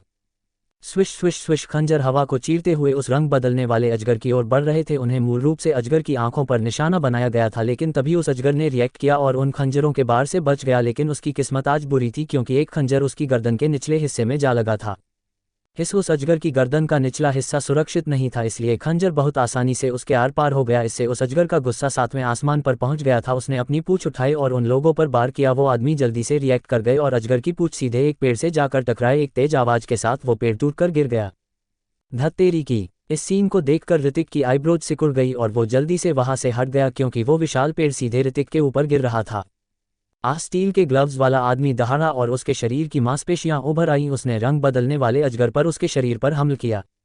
Bang bang bang. जब रंग बदलने वाला अजगर उसके साथी पर हमला कर रहा था तो उसकी मुट्ठी अजगर के सिर पर जाकर लगी। लगातार इतनी जोर से हमले किए जाने से रंग बदलने वाला अजगर को हल्के चक्कर आने लगे थे। यही मौका है आखिरी हमला करने का। लंबी स्वॉर्ड वाला आदमी तेजी से आगे आया और अजगर के कमजोर हिस्से पर वार करने लगा। पफ। लेकिन तभी अचानक से उस रंग बदलने वाले अजगर ने अपने मुंह से हरा जहर उगला। उन लोगों को उम्मीद नहीं थी कि वो अजगर आपके मुंह से जहर भी उगल सकता था। लंबी स्वॉर्ड वाला आदमी पूरी तरह से उस जहर के असर में आ गया था। वो दर्द में करहा रहा था, क्योंकि उसका शरीर तेजी से गलने लग गया था। जल्दी से इसके कमजोर हिस्से पर हमला करो। ये नज़ारा देखकर कई लोगों की आंखें गुस्से से लाल हो गईं और उनके चेहरे पर एक बेरहमी भरे भाव आ गए। ऋतिक अभी भी उन झाड़ियों में छिपा हुआ था और अपनी सांसें पर कंट्रोल किए हुए था। हालांकि वो एक रैंक 3 का पावरफुल मॉन्स्टर था, लेकिन इतने सारे वॉरियर्स को हैंडल कर पाना उसके बस में नहीं था। इसके अलावा सांपों का कमजोर हिस्सा उनका दिल होता था। हालांकि वो इवॉल्व होने के बाद काफ़ी बड़ा हो गया था, पर फिर भी वो धड़ाम से जमीन पर गिर गया। हा, ये मर चुका है, आखिरकार हमने सी मार दिया। उनमें से एक आदमी हंसते हुए चिल्लाया। हालांकि वे इस रंग बदलने वाले अजगर को मारने में कामयाब हो गए थे, लेकिन उनके भी ज़्यादातर साथी मर चुके थे। जैसे ही ऋतिक वहां से उठने वाला था, गलती से उसका पैर एक लकड़ी से टकरा गया और थोड़ी सी आवाज़ हुई, बाहर आ जाओ बच्चे, अब तुम्हारा भी खेल खत्म करने का समय आ गया। तभी एक आमदी ने उस ओर इशारा किया जहां ऋतिक छिपा हुआ था। ऋतिक ने मन ही मन अपनी बुरी किस्मत को कोस। उसके पास फिलहाल एक बिगिनर वॉरियर की ताकत थी और एक रियल वॉरियर से निपटना उसके लिए काफ़ी खतरनाक था। तो तुम ही हो जिसने इस चीज़ को अट्रैक्ट किया था हो। जब उस आदमी ने ऋतिक को देखा तो उसका मजाक बनाया, तुम वहां किस लिए खड़े हो, यहाँ आओ। ऋतिक ने अपने दांत पीस लिए और किसी आज्ञाकारी बच्चे की तरह उसके सामने चला गया। इस रंग बदलने वाले अजगर की खाल उतारने और एनर्जी क्रिस्टल को बाहर निकालने में मेरी मदद करें, फिर मेरे साथियों की लाश को वापस ले जाने में मेरी मदद करो। अगर तुम ऐसा नहीं करेगे मैं तुम्हें अपनी तलवार से मार डालूंगा। उसने ऋतिक का मजाक बनाया और अपनी स्वॉर्ड की नोक उसकी ओर तान दी। जल्दी करो और निकालो बेवकूफ़। वो आदमी आगे बढ़ा और चिल्लाते हुए ऋतिक को एक किक मारकर जमीन पर गिरा दिया। चूंकि वह आदमी अभी अभी रंग बदलने वाले अजगर से लड़ा था, इस समय वह थोड़ा घायल लग रहा था। ऋतिक जो जमीन पर गिर गया था, उसकी पीठ उसकी ओर थी और उसकी आंखों में एक भयंकर चमक थी। जब से वो इस शरीर में आया था, उसने कसम खाई थी कि वो पुराने ऋतिक की तरह एक कमजोर लड़का बनकर नहीं रहेगा। उसके पुराने समय में कास्ट काफ़ी मायने रखती थी और वो अलवॉट खानदान से था, जिसमें मान सम्मान को ज़्यादा अहमियत दी जाती थी। ऋतिक ने एक नज़र ज़मीन पर डाली और अपनी स्वॉर्ड की ओर देखा। वो आदमी पहले से ही घायल था और उसकी ताकत बहुत कम हो गई होगी। ये एक अच्छा मौका था उसे जान से मारने का। जैसे ही ये आइडिया ऋतिक के दिमाग में आया, उसने तुरंत उस आदमी की ओर रिएक्ट किया और ज़मीन से अपनी स्वॉर्ड उठा ली और फिर उसने उसकी ओर हमला किया। एक जोर का धमाका हुआ और उस आदमी का हाथ, जिसके हाथ में लंबी तलवार थी, लिंग शियू ने तुरंत ही उसे काट दिया। उस आदमी की आंखें हैरानी में बड़ी हो गई और वो दर्द में करहाने लगा। मैं तुमने ये बताना भूल गया कि मुझे उन लोगों से नफरत है जो मुझे बेकार कहते हैं। ऋतिक ने उसका मजाक बनाया। जमीन पर मौजूद आदमियों की लाशें रंग बदलने वाले अजगर द्वारा छोड़े गए जहर से पूरी तरह से गल चुकी थी और अब वहां सिर्फ उनकी सफ़ेद हड्डियां ही पड़ी हुई थी। लिन शियू जो जमीन पर गिर गया और उसकी, हाँ, अगर तुम में हिम्मत है तो मुझे जान से मार डालो, वरना मेरी खन्ना फैमिली तुम्हें जरूर ही जान से मार डालेगी। उस आदमी का चेहरा गुस्से से लाल हो गया और वह बुरी तरह हंसने लगा। एक वॉरियर सामान्य इंसानों की तुलना में अधिक मजबूत था और भले ही उसके कटे हुए हाथ का दर्द असहनीय था, फिर भी वह इसके कारण अपनी जान नहीं गंवाना चाहता रहा। खन्ना फैमिली। ऋतिक की आईब्रोज सिकुड़ जी। फ्यूचर की दुनिया में अभी भी कई योद्धा परिवार थे और ऐसा लगता है कि ऋतिक ने खन्ना फैमिली के बारे में भी सुना है। बेहतर होगा कि तुम मुझे A20 जिले के मेडिकल स्टेशन पर भेज दो और मेरा हाथ वापस जोड़ दो, फिर अपने दोनों हाथ काट डालो और मुझसे माफ़ी मांगो, वरना मैं तुम्हें एक बेहरमी वाली मौत दूंगा। वह आदमी गुस्से में चिल्लाया। तुम अभी लड़के की गलत में नहीं हो। ऋतिक ने उसका मजाक बनाया और उसके साइड में जाकर खड़ा हो गया। तुम मुझे मारना चाहते हो क्या? तुम जानते हो कि मुझे मारने का परिणाम क्या होगा? मैं तुम्हारे पूरे परिवार को मार डालूंगा। उस आदमी ने ऋतिक की आंखों में एक भयानक चमक देखी थी और उसका दिल जोरों से धड़क रहा था, लेकिन फिर भी उसने शातिर तरीके से ऋतिक को धमकी दी। बैंग। तभी ऋतिक ने बिना किसी हिचकिचाहट के सीधे उसकी छाती में अपनी लॉन्ग स्वॉर्ड भोंक दी। उस आदमी की आंखें हैरानी बड़ी हो गई। माफ़ करना दोस्त, मेरा तो कोई परिवार ही नहीं है। आपने एक रैंक 1 के वॉरियर को मारा है, आपको 2500 एक्सपीरियंस पॉइंट्स हासिल हुए हैं। कंग्रेचुलेशन मास्टर, अपने लेवल 7 हासिल किया है और आपको 7 पोटेंशियल पॉइंट्स हासिल हुए हैं। कंग्रेचुलेशन मास्टर, आपके पहली बार एक वॉरियर को मारा है, इसलिए आपको लक्की स्पिन जीतने का मौका मिला है। एक आवाज़ ऋतिक के माइंड में गूंज रही थी, लेकिन ऋतिक के पास खुशी मनाने का समय नहीं था क्योंकि जमीन पर पड़े उन लाशों से काफ़ी स्मेल आ रही थी। ऋतिक को 7 पोटेंशियल पॉइंट्स हासिल हुए थे और वो इसी सोच में था कि उन्हें उसे कहाँ ऐड करना चाहिए। स्ट्रेंथ, फिजिक और स्पीड, इन तीनों को बराबर करने की ज़रूरत थी क्योंकि केवल स्ट्रेंथ रखने का कोई मतलब नहीं था। ऋतिक ने इसके बारे में थोड़ा और सोचा, फिर उन 7 पोटेंशियल पॉइंट्स को अपनी स्पीड और फिजिक में ऐड करने का फैसला किया। अभी उसकी फिजिक और स्पीड 40 पॉइंट्स तक बढ़ गई थी। उन पॉइंट्स के जोड़ने के बाद ऋतिक को अपने शरीर में काफ़ी रिलैक्स महसूस हो रहा था। ऋतिक ने ज़मीन पर उन लाशों की ओर नज़रें घुमाई और देखा कि उस टीम के सभी लोग मर चुके थे। साथ ही वो रंग बदलने वाला अजगर भी कोई आवाज़ भी नहीं कर रहा था। रंग बदलने वाले अजगर का शरीर हाई रैंक का था और इसकी कीमत भी काफ़ी ज़्यादा थी, लेकिन वो आकार में काफ़ी बड़ा था और इसे ले जाना मुश्किल था। ऋतिक ने इसके बारे में ज़्यादा नहीं सोचा और अपनी स्वॉर्ड को अजगर के सिर पर घुमा दिया। स्लैश, एक तेज की आवाज़ गूंजी और सांप के सिर पर एक दरार आ गई। ये काफ़ी मजबूत है। कई बार काटने के बाद ऋतिक आखिरकार उस अजगर के सिर को अलग करने में कामयाब हो गया था। उस अजगर के सर के मिडिल में एक चमकती हुई चीज़ दिखाई दे रही थी। एनर्जी क्रिस्टल एक प्रकार के क्रिस्टलीय लेंस थे जो इवोल्व माइनस्टर्स के शरीर में मौजूद थे और इन माइनस्टर्स के लिए एनर्जी देने का काम किया करते थे। वॉरियर्स उनके अंदर की एनर्जी का इस्तेमाल अपने आप को इवॉल्व करे के लिए इस्तेमाल करते थे। इसके अलावा इन एनर्जी क्रिस्टल्स का कुछ मशीनों में भी यूज़ कर सकते थे। मुझे इनकी अच्छी कीमत मिलनी चाहिए। ऋतिक ने उस एनर्जी क्रिस्टल को बाहर निकाला और मुस्कुराया। ऋतिक को उन लोगों के पास से 2 और एनर्जी क्रिस्टल मिले थे, हालांकि वे दोनों क्रिस्टल्स काफ़ी छोटे थे और रैंक 1 के विकसित जानवर के शरीर से हासिल किए थे। सब कुछ खंगालने के बाद उसके हाथ कोई भी यूनिक चीज़ हासिल नहीं हुई। इसके अलावा उनके हथियार भी उसके यूज़ के नहीं थे। ऋतिक ने इस बारे में ज़्यादा नहीं सोचा और जंगल में गहराइयों में जाना जारी रखा। अभी उसके लिए अपना लेवल अप करना और ताकत बढ़ाना सबसे महत्वपूर्ण था। हो सकता था उसकी किस्मत आज उसका साथ ना दे। ऋतिक को इस बात का ज़रा सा भी अंदाजा नहीं था कि वो गलत दिशा में जा रहा था और अगर वो आगे बढ़ता रहा तो वह जंगल की और गहराइयों में चला जाएगा। एपिसोड 6, लाइटनिंग तेंदुए का हमला। बैंग, तभी ऋतिक ने बिना किसी हिचकिचाहट के सीधे उसकी छाती में अपनी लॉन्ग स्वॉर्ड भोंक दी। उस आदमी की आंखें हैरानी बड़ी हो गई। माफ़ करना दोस्त, मेरा तो कोई परिवार ही नहीं है। आपने एक रैंक 1 के वॉरियर को मारा है, आपको 2500 एक्सपीरियंस पॉइंट्स हासिल हुए हैं। कंग्रेचुलेशन मास्टर, अपने लेवल 7 हासिल किया है और आपको 7 पोटेंशियल पॉइंट्स हासिल हुए हैं। कंग्रेचुलेशन मास्टर, आपके पहली बार एक वॉरियर को मारा है, इसलिए आपको लक्की स्पिन जीतने का मौका मिला है। एक आवाज़ ऋतिक के माइंड में गूंज रही थी, लेकिन ऋतिक के पास खुशी मनाने का समय नहीं था क्योंकि ज़मीन पर पड़े उन लाशों से काफ़ी स्मेल आ रही थी। ऋतिक को 7 पोटेंशियल पॉइंट्स हासिल हुए थे और वो इसी सोच में था कि उन्हें उसे कहाँ ऐड करना चाहिए। स्ट्रेंथ, फिजिक और स्पीड, इन तीनों को बराबर करने की ज़रूरत थी क्योंकि केवल स्ट्रेंथ रखने का कोई मतलब नहीं था। ऋतिक ने इसके बारे में थोड़ा और सोचा, फिर उन 7 पोटेंशियल पॉइंट्स को अपनी स्पीड और फिजिक में ऐड करने का फैसला किया। अभी उसकी फिजिक और स्पीड 40 पॉइंट्स तक बढ़ गई थी। उन पॉइंट्स के जोड़ने के बाद ऋतिक को अपने शरीर में काफ़ी रिलैक्स महसूस हो रहा था। ऋतिक ने ज़मीन पर उन लाशों की ओर नज़रें घुमाई और देखा कि उस टीम के सभी लोग मर चुके थे। साथ ही वो रंग बदलने वाला अजगर भी कोई आवाज़ भी नहीं कर रहा था। रंग बदलने वाले अजगर का शरीर हाई रैंक का था और इसकी कीमत भी काफ़ी ज़्यादा थी, लेकिन वो आकार में काफ़ी बड़ा था और इसे ले जाना मुश्किल था। ऋतिक ने इसके बारे में ज़्यादा नहीं सोचा और अपनी स्वॉर्ड को अजगर के सिर पर घुमा दिया। स्लैश, एक तेज की आवाज़ गूंजी और सांप के सिर पर एक दरार आ गई।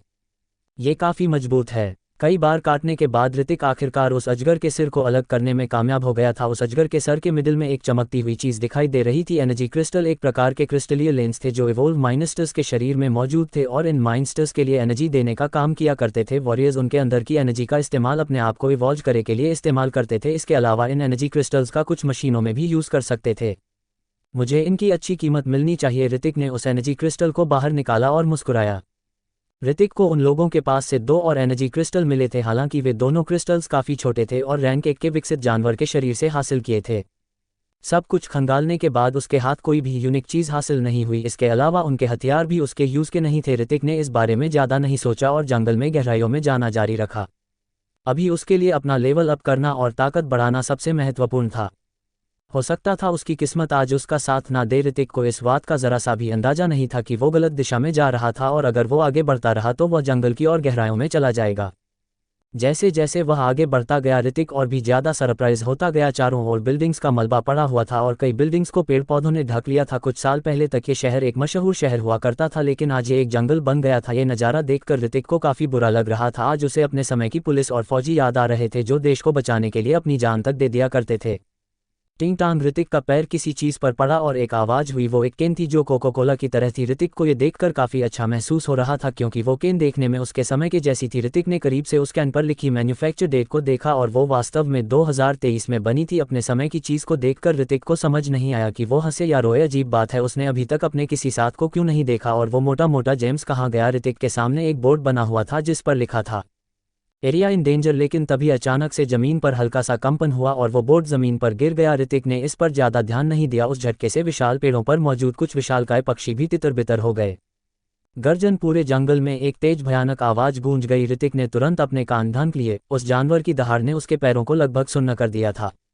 वो क्या है? ऋतिक ने जंगल की गहराई से देखा और एक विशाल आकृति को तेजी से भागते हुए देखा। कड़ कड़ कड़ कड़ बिजली के झटके तेजी से निकल रहे थे और उसके चारों ओर के पेड़ों के मोटे तने टूटने से पहले ही तुरंत जल गए।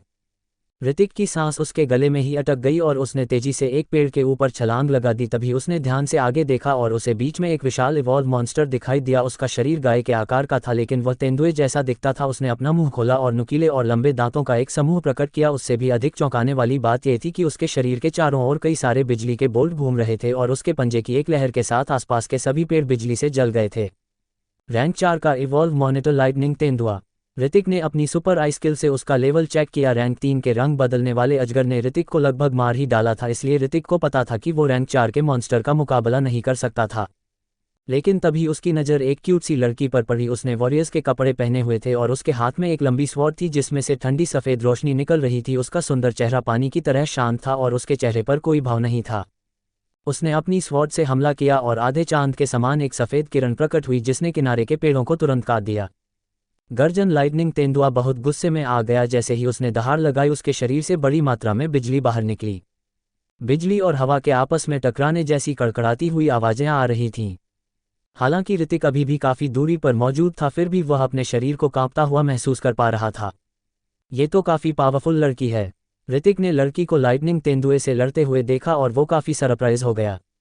Note detected. ऋतिक थोड़ा हैरान हो गया। उसकी आई स्किल ने उसे कोई जानकारी नहीं थी। भले ही वह उस रंग बदलने वाले अजगर की एबिलिटी का पता नहीं लगा पाया, लेकिन फिर भी वह कम से कम उसकी रैंक का पता लगाने में सक्षम था। एक मिनट, क्या ऐसा हो सकता है कि सुपर आई स्किल अपने से अधिक पावरफुल चीज़ को एग्जामिन नहीं कर सकती हो? फिर ऋतिक में लाइटनिंग तेंदुए पर सुपर आई स्किल कास्ट की और उस पर भी उसका कोई असर नहीं हुआ। सामने लड़ाई जारी रही और उन दोनों के बैटल से वहां आसपास के पेड़ पौधे नष्ट हो गए थे। कई लो लेवल के इवॉल्व मॉन्स्टर इस समय भागने की कोशिश कर रहे थे क्योंकि वे वहां की भयानक हवा को महसूस कर सकते थे। उस लड़की की लंबी स्वॉर्ड जो बर्फ की तरह सफ़ेद थी फिर से उस लाइटनिंग लिपोर्ट की तरह बड़ी। लाइटनिंग तेंदुए के शरीर के चारों ओर घूमने वाली बैंगनी नीली बिजली एक नेचुरल आर्मोर की तरह थी और उसके लिए एक सुरक्षा कवच थी। गर्जन, वो एक बार फिर जोर से दहाड़ा और अपने पंजे से हमला कर दिया, लेकिन वो लड़की रहस्यमय तरीके से उसके हमले से बचने में कामयाब रही। स्विश, उसकी तलवार फिर से उस लेपर्ड की ओर बड़ी। स्वॉर्ड के टकराने के कारण जमीन पर गहरी दरारें पड़ गईं और वह असाधारण रूप से भयानक लग रही थी। वो लड़की एक हाई रैंक की वॉरियर थी। ये देखकर ऋतिक खुद को सरप्राइज होने से रोक नहीं पाया। जब तक वो कड़ी मेहनत करता रहेगा वो भी किसी दिन ऐसा करने में सक्षम होगा और पावरफुल बन जाएगा। लड़ाई जारी रही और ऋतिक उस नज़ारे को दिल थाम कर ऑब्जर्व कर रहा था। एक रियल वॉरियर और हाई रैंक के इवॉल्व मॉन्स्टर की फाइट उसके लिए काफ़ी फायदेमंद साबित हो सकती थी। कुछ समय बाद लाइटनिंग तेंदुए के शरीर के चारों ओर की बिजली कमजोर पड़ गई। उस लड़की ने इस मौके का फायदा उठाता और अपनी लॉन्ग स्वॉर्ड से फिर वार किया। लाइटनिंग लेपर्ड उड़ता हुआ दूर चला गया और उसकी बिजली कहीं गायब हो गई। उस लड़की ने अपनी आईब्रोज सिकोड़ ली और अपने हाथ में लॉन्ग स्वॉर्ड को कसकर पकड़ लिया। फिर वो धीरे धीरे लाइटनिंग लेपर्ड की ओर जाने लगी। लाइटनिंग लेपर्ड को उस लड़की की स्वॉर्ड के घातक वार झेलने पड़े थे और उसके शरीर से ढेर सारा ताज़ा खून बह रहा था। ऐसा लग रहा था जैसे वो मरने वाला था या अपना होश खोने वाला था। वो लड़की उसके पास गई और अपनी लॉन्ग स्वॉर्ड से उसके सर पर वार किया, लेकिन तभी ज़मीन पर लेटा हुआ लाइटनिंग लेपर्ड बिना हिले डुले अचानक से खड़ा हो गया। तुरंत ही उसकी बॉडी के चारों ओर बिजली के बोल्ट्स घूमने लगे और उसने एक बिजली के गोले से उस लड़की पर हमला किया। ये कितना चालाक है, इसने वास्तव में मारे हुए होने का नाटक किया था। इस समय ऋतिक को बहुत बड़ा झटका लगा। उस मॉन्स्टर्स का आईक्यू किसी इंसान के जितना ही था। जिजी यहाँ तक कि ऋतिक भी उन बिजली के बोल्ट्स को काफ़ी आसानी से सुन पा रहा था। उस लड़की को उम्मीद नहीं थी कि लाइटनिंग तेंदुए का जवाबी हमला इतना भयानक होगा। उसने अपनी लॉन्ग स्वॉर्ड का इस्तेमाल किया और अपना हमला रोक लिया, फिर अपने शरीर की एनर्जी से तुरंत एक सुरक्षा कवच बना लिया। लेकिन वो बिजली का गोला बहुत पावरफुल था। उसके इम्पैक्ट से आसपास की हवा में हलचल मच गई थी। बैंग, एक जोरदार धमाका हुआ और वो हमला सीधे उसको जाकर लगा। वो लड़की पेड़ों से टकराते हुए एक खाई से नीचे की ओर गिर गई। लाइटनिंग तेंदुआ अपनी मूल स्थिति में खड़ा हो गया और उसके शरीर के चारों ओर की बिजली गायब होने लगी। उसका बड़ा शरीर अचानक से एक धमाके के साथ जमीन पर गिर गया। मरने से पहले का आखिरी पलटवार। ऋतिक की आंखें हैरानी बड़ी हो गई और वो डर के मारे कांपने लगा। उसे पक्का नहीं पता था कि लाइटिंग तेंदुआ पूरी तरह से मर गया था या नहीं। अगर ऐसा नहीं होता तो उस लड़की का मरना बेकार हो जाता और ऋतिक को ये थोड़ा बुरा लग रहा था। इस बारे में सोचने पर ऋतिक ने अपने होंठों को लिक किया और अपनी स्वॉर्ड हाथ में लेकर धीरे धीरे पेड़ से नीचे उतर गया। उसने अपनी सांस रोक ली और सावधानी से आगे बढ़ा। उसने एक पल के लिए दूर से उस लेपर्ड को देखा और तभी अपना रास्ता जारी रखा जब उसे यकीन हो गया कि लेपर्ड तेंदुआ मार चुका था। लगता है आज मेरी किस्मत मुझ पर कुछ ज़्यादा ही मेहरबान है। जब से फ्यूचर में आया हूँ तब से मेरी किस्मत चमके ही जा रही है। ऋतिक मन ही मन बुदबुदाया। ये उसके लिए फ्री का तोहफा हासिल करने का एक अच्छा मौका था और वो काफ़ी खुश हुए जा रहा था। जब उसने अपनी लॉन्ग स्वॉर्ड उठाई तो उसका शरीर अकड़ गया, मानो उसे महसूस हुआ हो कि कोई चीज़ उसे घूर रही है। एपिसोड 7 रूही राजपूत से मुलाकात। ऋतिक ने तुरंत अपना सिर घुमाया और पास की झाड़ियों में उसे एक जोड़ी आंखें दिखाई दीं। आंखें टेढ़ी मेढ़ी और कुछ डरावनी थीं। ऋतिक की अपनी आई स्किल कास्ट की, लेकिन उसने काम नहीं किया। वो चीज़ जो कोई भी थी वो काफ़ी पावरफुल थी। अगर ऐसा था तो वे आंखें उन इवॉल्व मॉन्स्टर्स की होंगी जो रैंक 3 के या उससे भी ऊपर के थे। ये प्रोफेसर ने तो कहा था यहाँ केवल लो रैंक के ही मॉन्स्टर्स मौजूद है, फिर ये इतने खतरनाक क्यों होते जा रहे हैं? ऋतिक ने प्रोफेसर राजीव को कोसते हुए कहा। लेकिन ऋतिक ने इस बारे में ज़्यादा नहीं सोचा। वो झाड़ियों में छिपी चीज़ तेजी से उसकी ओर बढ़ रही थी और अगर वो वहाँ से कहीं भगा तो वो मुसीबत में पड़ सकता था। गर्जन। तभी एक तेज की गर्जना हुई। ऋतिक भागते हुए उसी खाई की ओर बढ़ रहा था जहां वो लड़की फेंकी गई थी। खाई के पास जाकर ऋतिक ने पीछे पलटकर देखा। एक और लाइटनिंग तेंदुआ, ऋतिक ने हैरानी के साथ कहा। फिर उसे पुराने ऋतिक की मेमोरी में एक जानकारी मिली। लेपर्ड तेंदुए जोड़ों में घूमते थे। इसका मतलब था कि जो मर गया वह उसका साथी था। देखिए मैडम, आपको कोई गलतफहमी हो रही है। मैंने आपके बॉयफ्रेंड को नहीं मारा है। ऋतिक के झूठी स्माइल अपने चेहरे पर लाते हुए उस लेडी लाइटनिंग तेंदुए से कहा। हाँ, वो लाइटनिंग तेंदुआ जोर से दहाड़ा और अपने शरीर से बिजली के बोल्ट्स निकालने लगा। उसके नुकीले और लंबे दांतों को देखकर ऋतिक का पूरा शरीर ठंडे पसीने से लथपथ हो गया था। धत तेरी की, ऋतिक ने कहा। उसने नीचे देखा और अपने होंठ दावा लिए। फैसला उसका था कि उसे काटकर मार दिया जाए या को नीचे कूद जाए। गर्जन। ठीक उसी समय वो लाइटनिंग तेंदुआ ऋतिक को और झपटा, लेकिन ऋतिक पहले ही खाई से नीचे कूद चुका था। दर्द, असहनीय दर्द, जैसे कि उसे स्पोर्ट्स कारों द्वारा कई बार मारा जा रहा हो। उसके पूरे शरीर में दर्द महसूस हो रहा था। ये कौन सी जगह है? मैं कहाँ हूँ? ऋतिक ने अपनी आंखें खोलने में थोड़ी मुश्किलों का सामना किया। उसे अपने शरीर पर हल्की ठंड महसूस हुई और चारों ओर देखने के बाद उसे एहसास हुआ कि वह किसी झील में था। पास में ही एक छोटा सा झरना था जहाँ से पानी गिर रहा था और वहाँ एक छोटी सी नदी बन गई थी। चारों ओर तरह तरह की अजीब और विचित्र वनस्पतियाँ थीं और आसमान थोड़ा गहरा था, मानो सूरज डूब गया हो। उसे याद आया कि जब उसने छलांग लगाई थी तो सुबह हो रही थी। किसने सोचा था कि वह इतनी देर तक बेहोश रहा होगा? ये तो उसकी अच्छी किस्मत थी कि उसने अपनी फिजिक में पॉइंट्स ऐड कर लिए थे। हालांकि उसे बहुत दर्द हो रहा था लेकिन चोटें ज़्यादा गंभीर नहीं थी। वो धीरे से खड़ा हुआ और ऊपर की ओर देखने लगा। चट्टान बहुत ऊंची थी और कुछ पेड़ों से टकराने के कारण उसके गिरने की स्पीड कम हो गई होगी, वरना आज वो आसानी से मारा जाता। तभी ऋतिक की नज़र झरने के नीचे पानी की सतह पर मौजूद एक आकृति पर पड़ी। वो उसके पास गया और देखा कि ये वही लड़की थी जो उससे पहले यहाँ गिरी थी। उसकी लाला स्कर्ट पर कई कट लगे हुए थे और कुछ हिस्से जले हुए भी थे। इस बार ऋतिक उसके चेहरे को काफी नजदीक से देख पा रहा था। उसके गाल गोरे थे और उस पर कोई दाग नहीं था। ऐसा लगता था मानो भगवान ने उसे बनाने में लंबा समय लगाया होगा। कोई लड़की इतनी खूबसूरत कैसे हो सकती है? ऐसी सुंदरता तो पुराने समय में भी नहीं थी। कहीं समय के साथ साथ ये लड़कियां और भी ज्यादा सुंदर तो नहीं हो गई, या हो सकता ये कोई नई टेक्नोलॉजी वाले मेकअप का कमाल हो। ऋतिक ने लड़की के सहारे को निहारा और उसकी तारीफ की। वो एक 18 साल की जवान लड़की थी। उसके होठों के कोनों से खून रिस रहा था और ऋतिक को अंदाजा था कि लाइटनिंग तेंदुए के अंतिम हमले से उसे कई चोटें लगी थीं। अगर उसने उसे यहीं छोड़ दिया तो कोई भी मॉन्स्टर वहां से गुजर सकता है और उसे खा सकता है, ठीक उसी तरह जैसे वॉरियर मॉन्स्टर्स का शिकार करते थे और मॉन्स्टर्स अपनी ताकत बढ़ाने के लिए वॉरियर्स को खाना चाहते थे। ऋतिक बिना किसी हिचकिचाहट के उस लड़की को झरने से बाहर ले आया। छूने पर उसका शरीर काफी ठंडा था और जब उसकी स्किन ऋतिक की स्किन को टच करती तो ऋतिक को उसकी स्किन काफी सॉफ्ट महसूस होती थी। लेकिन ये इतनी भारी क्यों है? ऋतिक ने उसे एक बड़े से पेड़ के सहारे लेता दिया। ऋतिक को नहीं पता था कि वो कब होश में आएगी। उसका दाहिना हाथ हड्डियों को ठंडा करने वाली लॉन्ग स्वॉर्ड को पकड़े हुए था। ऋतिक न तो डॉक्टर था और न ही उसके पास कोई दवा थी, इसलिए वह कुछ नहीं कर सकता रहा। ऋतिक को काफी भूख लग रही थी। उसने सुबह से कुछ नहीं खाया था। वहां उसने कोई भी ऐसा पेड़ नहीं देखा था जिस पर फल लगे हुए हो। तभी ऋतिक को पानी में तैरती हुई मछलियां दिखाई दी और वो काफी खुश हो गया। मछलियां भी एक इवॉल्व मॉन्स्टर थीं और सामान्य मछलियों से दोगुनी आकार की थीं, लेकिन वे उतने क्रूर नहीं थे और उन्हें सिंपल इवॉल्व मॉन्स्टर के रूप में बताया गया था। ऋतिक ने बिना किसी देरी के एक लंबी और ठोस लकड़ी उठाई और उसके किनारे को तोड़कर उसे भाले की तरह आकार दे दिया। अपने समय में ऋतिक इंजीनियरिंग की पढ़ाई कर रहा था और इंजीनियर्स होते ही काम चलाव है। हालांकि मछली पानी में बहुत तेजी से तैरती थी, लेकिन ऋतिक की प्रेजेंट स्पीड इतनी तेज थी कि वो कुछ मछलियों को आसानी से पकड़ सकता थी। वो उन मछली को पकड़कर किनारे किनारे पर ले गया और उसे एक लकड़ी की छड़ी साथ ही मोटे सूखे पेड़ की छाल और टिंडर मिला। उसने लकड़ी की छड़ी को पेड़ की छाल पर रखा और दोनों हाथों का उपयोग करके छड़ी को पकड़ लिया और उन्हें रगड़ने लगा। टिंडर में जल्दी ही आग लग गई। ऋतिक ने तेजी से आसपास की सूखी शाखाओं को आग में फेंक दिया और एक धधकती लौ पैदा कर दी। उसने वह छड़ी उठाई जिसमें मछलियां थीं और उन्हें पकाने लगा। थोड़ा नमक होता तो मजा ही आ जाता, ऋतिक ने मन ही मन कहा, लेकिन वो इतना भूखा था कि उसने आगे ज्यादा नहीं सोच और जल्दी से एक पकी हुई मछली खा ली।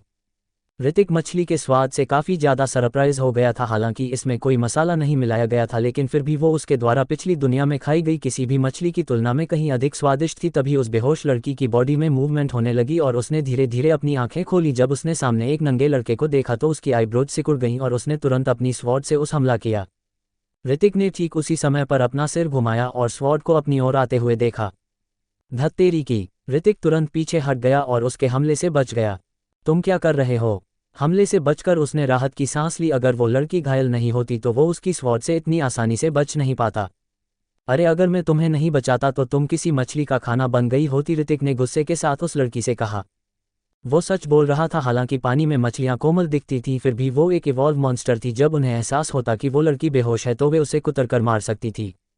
तुम्हें मुझे बचाया है। उस लड़की ने अपनी आईब्रोज सिकोड़ ली और महसूस किया कि उसके कपड़े गीले थे, लेकिन छूने का कोई निशान नहीं था। जबकि ऋतिक ने अपने कपड़े उतार दिए थे और सूखने के लिए एक तरफ छोड़ दिए थे। उसने एक राहत की सांस ली और खड़ी होने लगी, लेकिन उसे काफ़ी गहरी चोटें आई थी जिस कारण वो हिल भी नहीं पा रही थी। ऋतिक ने देखा कि उसका गुस्सा शांत हो गया था तो उसने भी एक राहत की सांस ली। फिर उसने आने कपड़े पहन लिए। आराम करो, मैं तुम्हारे साथ कोई जोर जबरदस्ती नहीं करूंगा, ऋतिक ने उसे मजाकिया भरे लहजे में कहा। वो लड़की एक पल के लिए चौंकी, फिर उदासीनता से बोली, बेशर्म कही के! जिस अंदाज में तुमने मुझे बेशर्म कहा मुझे थोड़ा रोमांटिक फील हुआ, ऋतिक ने हंसते हुए जवाब दिया। वो जानता था कि लड़की घायल है और ज़्यादा चल नहीं सकती, इसलिए उसे डरने की कोई ज़रूरत नहीं थी। ठीक है, मजाक खत्म। क्या तुम ये खाना खाओगी? ऋतिक उसके पास गया और एक मछली देते हुए बोला, लेकिन वो लड़की चुप रही और इधर उधर देखने लगी जैसे कि कुछ सोचने की कोशिश कर रही हो। मुझे एक दे दो। कुछ देर तक वो लड़की शांत रही, फिर अपने कांपते होंठों से उसने ऋतिक से कहा। हालांकि उसने कभी ऐसा खाना नहीं खाया था, लेकिन वह गंभीर रूप से घायल हो गई थी और उसकी थकावट से उबरने के लिए पर्याप्त एनर्जी की जरूरत थी ताकि वो जल्दी रिकवर हो सके। ऋतिक ने मन ही मन मुस्कुराते हुए कहा, मैंने सिर्फ पूछा था कि क्या तुम्हें एक चाहिए और तुमने मुझे नज़रअंदाज कर दिया। लेकिन फिर भी उसने एक पकी हुई मछली उस लड़की को दे दी। लड़की ने उस छड़ी को पकड़ लिया जो मछली में घोंपी गई थी और उस मछली को खाने लगी। उसने एक छोटा सा टुकड़ा खाया और उसे भी उसका टेस्ट काफ़ी अच्छा लगा। तुम्हारा नाम क्या है? मछली चबाते हुए ऋतिक ने उस लड़की से पूछा। रूही राजपूत, रूही ने जवाब देते हुए कहा। मेरा नाम ऋतिक अल्हावत है। वैसे तुम और मैं एक ही उम्र के हैं, क्या तुम ऑफिशियल वॉरियर हो? ऋतिक ने मुस्कुराते हुए रूही से पूछा। ऑफिशियल वॉरियर की रैंक आसानी से नहीं मिलती थी। हालांकि कुछ वॉरियर्स ऐसे भी थे जो अकेडमी में आते ही ऑफिशियल वॉरियर बन गए थे, और इस लड़की के लिए जो रैंक 5 के लाइटनिंग तेंदुए के खिलाफ खड़े होने में सक्षम थी वो शायद रैंक 4 की ऑफिशियल वॉरियर होगी। इस बारे में सोचने पर ऋतिक ने गहरी सांस ली। यह सच में काफ़ी डरावनी बात थी, एक कम उम्र की लड़की का ऑफिशियल वॉरियर की पोस्ट पर होना। तुम्हें क्या चाहिए? रूही ने ऋतिक को कोई जवाब नहीं दिया, बल्कि उसने अपनी खूबसूरत आंखों से उसे देखा और एक सवाल किया। तुम्हारे कहने का मतलब क्या है? ऋतिक थोड़ा हैरान था, उसे समझ नहीं पाया कि वो उससे क्या कहना चाहती है। जैसा कि मेरा नाम रूही राजपूत है तो एक राजपूत होने के नाते मुझे किसी का आसान रखने की आदत नहीं है। उसने ऋतिक की ओर देखा और आगे कहा, मुझे बताओ कि तुम क्या चाहते हो और मैं वो तुम्हें दे दूंगी। फिर तुम्हारा मेरे ऊपर कोई आसान नहीं होगा, नहीं तो मैं तुम्हें मार डालूंगी। उसकी आंखों से एक भयानक चमक निकल रही थी जिससे ऋतिक का दिल अचानक से कांप उठा। अरे पागल औरत! ठीक है, मैं तुम्हारे जितना पावरफुल बनना चाहता हूँ, क्या ये ठीक है? ऋतिक ने मुस्कुराते हुए उसे कहा। रूही ने उसे ऐसा देखा मानो वो किसी पागल को देख रही हो, फिर उसने कहा, तुम इस काबिल नहीं हो। रूही की बात सुनकर ऋतिक तो लगभग जमीन पर गिर ही पड़ा। उसने हैरानी से रूही की ओर देखा। इसका क्या मतलब था? आसमान में धीरे धीरे अंधेरा छा गया था और धधकती आग ने कई मच्छरों को आकर्षित कर लिया था। ये मच्छर सामान्य मच्छरों से बड़े थे और हर डंक के कारण ऋतिक दर्द से छटपटा उठता था। ये मच्छर! रूही अपना हाथ हिला पा रही थी और उसने घास को आग में फेंक दिया। आग की लपटों से एक अजीब सी गंध निकली और सारे मच्छर गायब हो गए। रूही ने आराम करने के लिए अपनी आंखें बंद कर ली, लेकिन ऋतिक अभी भी जाग रहा था। तभी उसे याद आया कि जब उसने एक वॉरियर को मारा था तो लकी ड्रॉ खोलने का मौका मिला था। उसने तुरंत सिस्टम इंटरफेस में प्रवेश किया और वहां वास्तव में एक चमकीला आइकन था। एपिसोड 8 रेड ड्रैगन स्नेक का हमला। लॉटरी इंटरफेस पहले जैसा ही था लेकिन एक छोटा सा बदलाव था। स्पिन व्हील को अब 10 स्लॉट्स में डिवाइड किया गया था। उनमें से 3 को गुप्त तकनीकों के में बांटा गया था, 3 को यूनियन कॉइन्स में, 3 को एनर्जी पिल्स में बांटा गया था। बाकी 2 पोटेंशियल पिल्स 2 में बदल गई थी और एक हथियार बन गई, जबकि लास्ट स्लॉट में एक बेहद छोटा ग्रैंड प्राइज मौजूद था। ऋतिक को समझ आया कि हर बार इनाम बदलते रहते थे, हो सकता था आज कुछ और हो और अगली बार कुछ और। ऋतिक को यूनियन कॉइन्स या किसी तकनीक की जरूरत नहीं थी, बल्कि एक हथियार की जरूरत थी। बेहतर होगा कि यह एक हथियार हो। ऋतिक ने अपनी सांसें रोक लीं और व्हील स्पिन स्टार्ट कर दिया। हथियार शस्त्र। जैसे ही लॉटरी का पहिया घूमा, ऋतिक मन ही मन प्रार्थना करने लगा। जल्द ही सुई धीमी होने लगी। ओह नहीं, यूनियन कॉइन्स नहीं। ऋतिक ने देखा कि नीडल यूनियन कॉइन्स के पास धीमी हो रही थी और वो डिप्रेशन में चला गया। क्या मेरी किस्मत अब भी बेकार ही है? ऋतिक ने अपनी किस्मत को कोसते हुए कहा। उसे हमेशा यूनियन कॉइन्स ही मिलते थे। हालांकि जैसे ऋतिक को गुस्सा आया, वो सुई थोड़ी सी हिली और ग्रैंड प्राइज पर जाकर रुक जी। वाह, ऋतिक को एक झटका लगा। कंग्रेचुलेशन मास्टर, आपको ग्रैंड प्राइज मिला गई फीनिक्स तकनीक। सिस्टम से एक आवाज़ सुनाई दी, लेकिन ऋतिक के लिए ये किसी सोने से कम नहीं था। फीनिक्स तकनीक, ये क्या है? ऋतिक थोड़ा हैरान था, तभी उसके हाथों में एक कार्ड आ गया। Skill card. इस समय ऋतिक की आईब्रोज सिकुड़ गईं। केवल रैंक 6 और उससे ऊपर के वॉरियर ही स्किल कार्ड बना सकते थे। इन कार्डों में पावरफुल तकनीक होती थी जो एक वॉरियर को उसकी असल पावर से ज़्यादा पोटेंशियल देती थी। स्किल कार्ड के कई सारे लेवल थे, ब्रोंज, सिल्वर, गोल्ड और डायमंड। जिसके कार्ड का लेवल जितना ज़्यादा होगा उसकी पावर्स भी उतनी ही अधिक होगी। ये एक ब्रोंज स्किल कार्ड क्यों है? ऋतिक ने उस कार्ड को किया जो थोड़ा ठंडा था। कार्ड बहुत पतला था लेकिन विशेष धातु का बना हुआ था। ऋतिक थोड़ा निराश हो गया। ये स्किल कार्ड भला तकनीक के लिए था और यह केवल ब्रोंज लेवल का कार्ड था। तभी ऋतिक को एहसास हुआ कि स्किल कार्ड के पीछे एक नंबर लिखा हुआ था। यह एक कौशल कार्ड है जो विकसित हो सकता है। ऋतिक की आंखें हैरानी में बड़ी हो गई थी। इस तरह का कार्ड डायमंड कार्ड से भी अधिक कीमती था। जैसे जैसे वॉरियर इसकी प्रैक्टिस करता रहेगा, इसका लेवल भी बढ़ता जाएगा। फिलहाल ये ब्रोंज लेवल का स्किल कार्ड था और अगर ऋतिक उसकी आगे प्रैक्टिस करता रहेगा तो उसका लेवल बढ़कर सिल्वर, फिर गोल्ड और फिर डायमंड पर चला गया। ये तो वाकई में एक ग्रांड प्राइज कहने के लायक है, ऋतिक ने कहा और उस कार्ड को तुरंत जेब में रख लिया। कोई भी वॉरियर ऑफिशियल वॉरियर बनने से पहले अपना हथियार चुन सकता था और अपने हथियार की स्किल को इम्प्रूव कर सकता था। पहले ऋतिक सोच रहा था कि उसे कौन सा हथियार चुनना है, लेकिन इस कार्ड को प्राप्त करने के बाद ऋतिक ने फैसला किया कि वो भाले का यूज़ करेगा। जैसा कि कहा जाता है, डंडा चलाना सीखने में 1 महीना लगता है, खंजर चलाना सीखने में 1 साल लगता है और भाला चलाना सीखने में पूरा जीवन लग जाता है। एक भाला 100 सैनिकों का राजा होता था। इसे सीखना सबसे कठिन था। अगर ऋतिक के पास स्किल कार्ड नहीं होता तो वो कभी भाले को अपना हथियार नहीं चुनता। तुम पागलों की तरह क्यों हंस रहे हो? तभी ऋतिक को किसी की मीठी आवाज़ सुनाई दी। रूही ने अपनी आंखें खोली थीं और ऋतिक को घूर रही थी मानो कि वो कोई बेवकूफ़ हो। वो कुछ नहीं, ऋतिक ने उसे खांसते हुए जवाब दिया। क्या तुमने वो आवाज़ सुनी? रूही ने दूर कहीं देखते हुए धीरे से पूछा। आवाज़। ऋतिक अचंभित रह गया और उसके कान तुरंत खड़े हो गए। उनके चारों ओर केवल सन्नाटा पसरा हुआ था, लेकिन जब ऋतिक ने ध्यान से सुना तो उसे कुछ हल्की सी आवाज़ें सुनाई दी। ऐसा लग रहा था मानो कोई घास पर चल रहा हो। कोई आ रहा है। रूही ने अपना सर हिलाया और कहा, यह एक एडवेंचर टीम होनी चाहिए। कुछ इवॉल्व मॉन्स्टर केवल रात में ही दिखाई देते थे, इसलिए जो वॉरियर इन मॉन्स्टर्स का शिकार करने में माहिर थे वे भी रात में ही बाहर आते थे। ऋतिक ने पहले भी ऐसी ही एक टीम का सामना किया था और वे बिल्कुल डाकुओं की तरह थे। ये ख्याल आते ही ऋतिक के हाव भाव तुरंत बदल गए। अब क्या करें? मारो। रूही ने अपनी आईब्रोज सिकोड़ ली और फुसफुसाई। वो बुरी तरह घायल हो गई थी और अभी तक ठीक नहीं हुई थी। अगर वे दोनों अभी नहीं निकले तो हो सकता था वो टीम उन्हें नुकसान पहुंचाए और अगर ऐसा हुआ तो वे दोनों बड़ी मुसीबत में पड़ जाएंगे। ऋतिक अपना ने सिर हिलाया। जैसे ही वह उठकर जाने वाला था उसे एहसास हुआ कि रूही अभी भी पेड़ के सहारे लेटी हुई थी और उसे घूर रही थी। तुम अभी तक ठीक नहीं हुई हो? रूही ने कोई जवाब नहीं दिया और उसकी निगाहें अभी भी उसे ही घूर रही थी। हालांकि एक दिन एक साथ बिताने के बाद रूही को लगभग पता चल गया कि ऋतिक किस टाइप का था। ऋतिक ने तुरंत उसे गोद में उठा लिया और वहां से जाने लगा। रूही का बदन काफ़ी सॉफ्ट था और ऋतिक को थोड़ी शर्म आ रही थी। क्या मैंने तुमसे मुझे ले जाने के लिए कहा था? रूही इस समय बहुत खुश नहीं दिख रही थी। ये पहली बार था जब वो किसी लड़के के इतनी करीब थी और उसे थोड़ा अजीब लग रहा था, जैसे कि वह शर्मा रही हो। ठीक है, तुमने नहीं कहा, मैंने ये अपनी मर्जी से किया। ठीक है। ऋतिक ने उसकी बातों की परवाह नहीं की और तेजी से आगे बढ़ने लगा। वो आवाज़ें लगातार उनके करीब आती जा रही थी। ऐसा लग रहा था जैसे वो लोग जल्द ही उन तक पहुंच जाएंगे। हम अभी यहाँ कोई था। उनके जाने के कुछ देर बाद ही एक टीम को वहाँ जल्दी हुई आग दिखाई थी। ये देखकर कि आग अभी भी जल रही थी वे आसानी से अनुमान लगा सकते थे कि उन लोगों ने अभी अभी उनके कदमों की आवाज़ सुनी होगी और वे भाग गए होंगे। ऐसा लगता है जैसे यहाँ आसपास और भी वॉरियर्स हैं। अगर बाद में हमारा उनसे सामना होता है तो उन्हें तुरंत मार डालना, उस टीम के लीडर ने बेरहमी के साथ कहा। इस जंगल में खजाने के लिए लोगों की हत्या करना कोई बड़ी बात नहीं थी।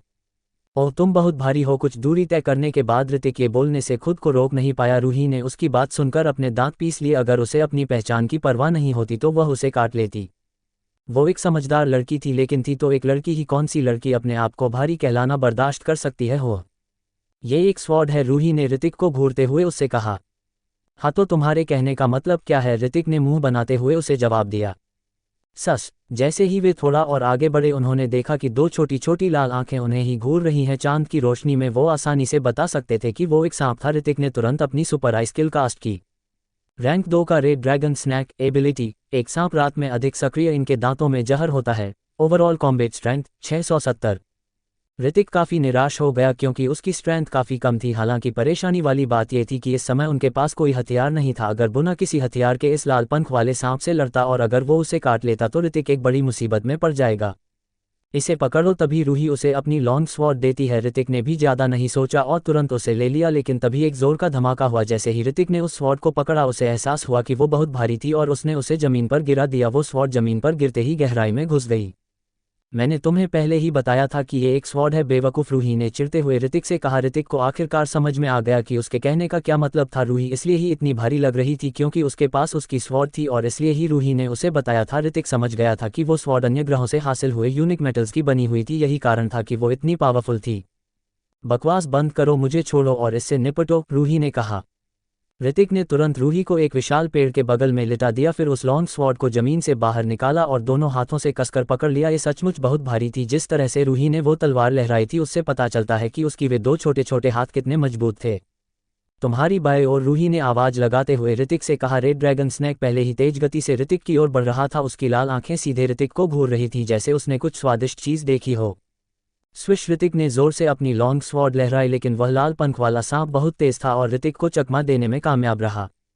उसके निचले हिस्से पर बार करो, रूही ने अपनी आईब्रोज सिकोड़ ली और चिल्लाते हुए ऋतिक से कहा। इस रैंक के एक इवॉल्व मॉन्स्टर के लिए अगर वो घायल न होती तो आसानी से निपट सकती थी। रूही की बात सुनकर ऋतिक थोड़ा सरप्राइज हो गया, लेकिन फिर उसने तुरंत रिएक्ट किया। उसने दोनों हाथों से तलवार पकड़ी और वैसा ही किया जैसा रूही ने बताया था। उसने तुरंत उस रेड ड्रैगन के निचले हिस्से पर बार किया और उसे जमीन में दफना दिया। सस सस। रेड ड्रैगन स्नैक ने कुछ आवाजें निकाली और ऋतिक को काटने की कोशिश करने लगा। चूंकि उसका शरीर स्वॉर्ड के कारण जमीन में गड़ा हुआ था इसलिए वो बिल्कुल भी हिल नहीं पा रहा था। तुम तो अभी एक नन्हे मुन्ने बच्चे हो। तुम्हारे पेरेंट्स ने तुम्हें संस्कार नहीं दिए कि बड़ों से कैसे पेश आते हैं। तुम सच में पागल हो। ऋतिक ने राहत की सांस ली और उस स्नैक का मजाक बनाते हुए कहा। आओ मुझे काटो, मुझे काटो आ। लेकिन तभी उस रेड ड्रैगन स्नैक का सर उसके धड़ से अलग हो गया और वो सीधे ऋतिक की बांह को काटते हुए उड़ गया। जब रूही ने यह नज़ारा देखा तो वो मुस्कुराए बिना नहीं रह सकी, लेकिन फिर वो तुरंत अपने सामान्य रूप में लौट आए। तुम नालायक कीड़े। ऋतिक ने उस स्नैक का सर पकड़ लिया, फिर उसे जमीन पर पटक दिया और जोर से रौंदा। डिंग। रेड ड्रैगन स्नैक मारा गया। आपको 2500 एक्सपीरियंस पॉइंट्स हासिल हुए हैं। जब ऋतिक को ये आवाज़ सुनाई दी तो उसने एक राहत की सांस ली। तुमने मुझे लहले क्यों नहीं बताया? ऋतिक ने रूही की ओर देखा और गुस्से से कहा। रूही जानती थी कि वो स्नैक कटने के बाद भी जिंदा रह सकता था। तुमने पूछा ही नहीं, रूही ने ऋतिक के मजे लेते हुए उससे कहा। रूही की बात सुनकर ऋतिक का मुंह खुला का खुला रह गया। फिर उसने सांप के सिर से एनर्जी क्रिस्टल बाहर निकाल लिया। रैंक 2 का एनर्जी क्रिस्टल, इसकी कीमत काफ़ी अधिक थी। तभी ऋतिक अचानक से जमीन पर गिर गया जहां उसे काटा गया था। वहां अचानक उसे तेज दर्द महसूस हो रहा था। जलन से उनका पूरा शरीर झुलसने लगा था। अरे नहीं, सुपर आई स्किल ने बताया था कि इस सांप के दांत जहरीले थे। ऋतिक को कुछ याद आया और उसकी सूरत रोने जैसी हो गई। वहां ठंडा पानी है। बोलते समय रूही की आंखें दूसरी ओर घूम गईं। ठंडा पानी जहर का असर कम कर देता है।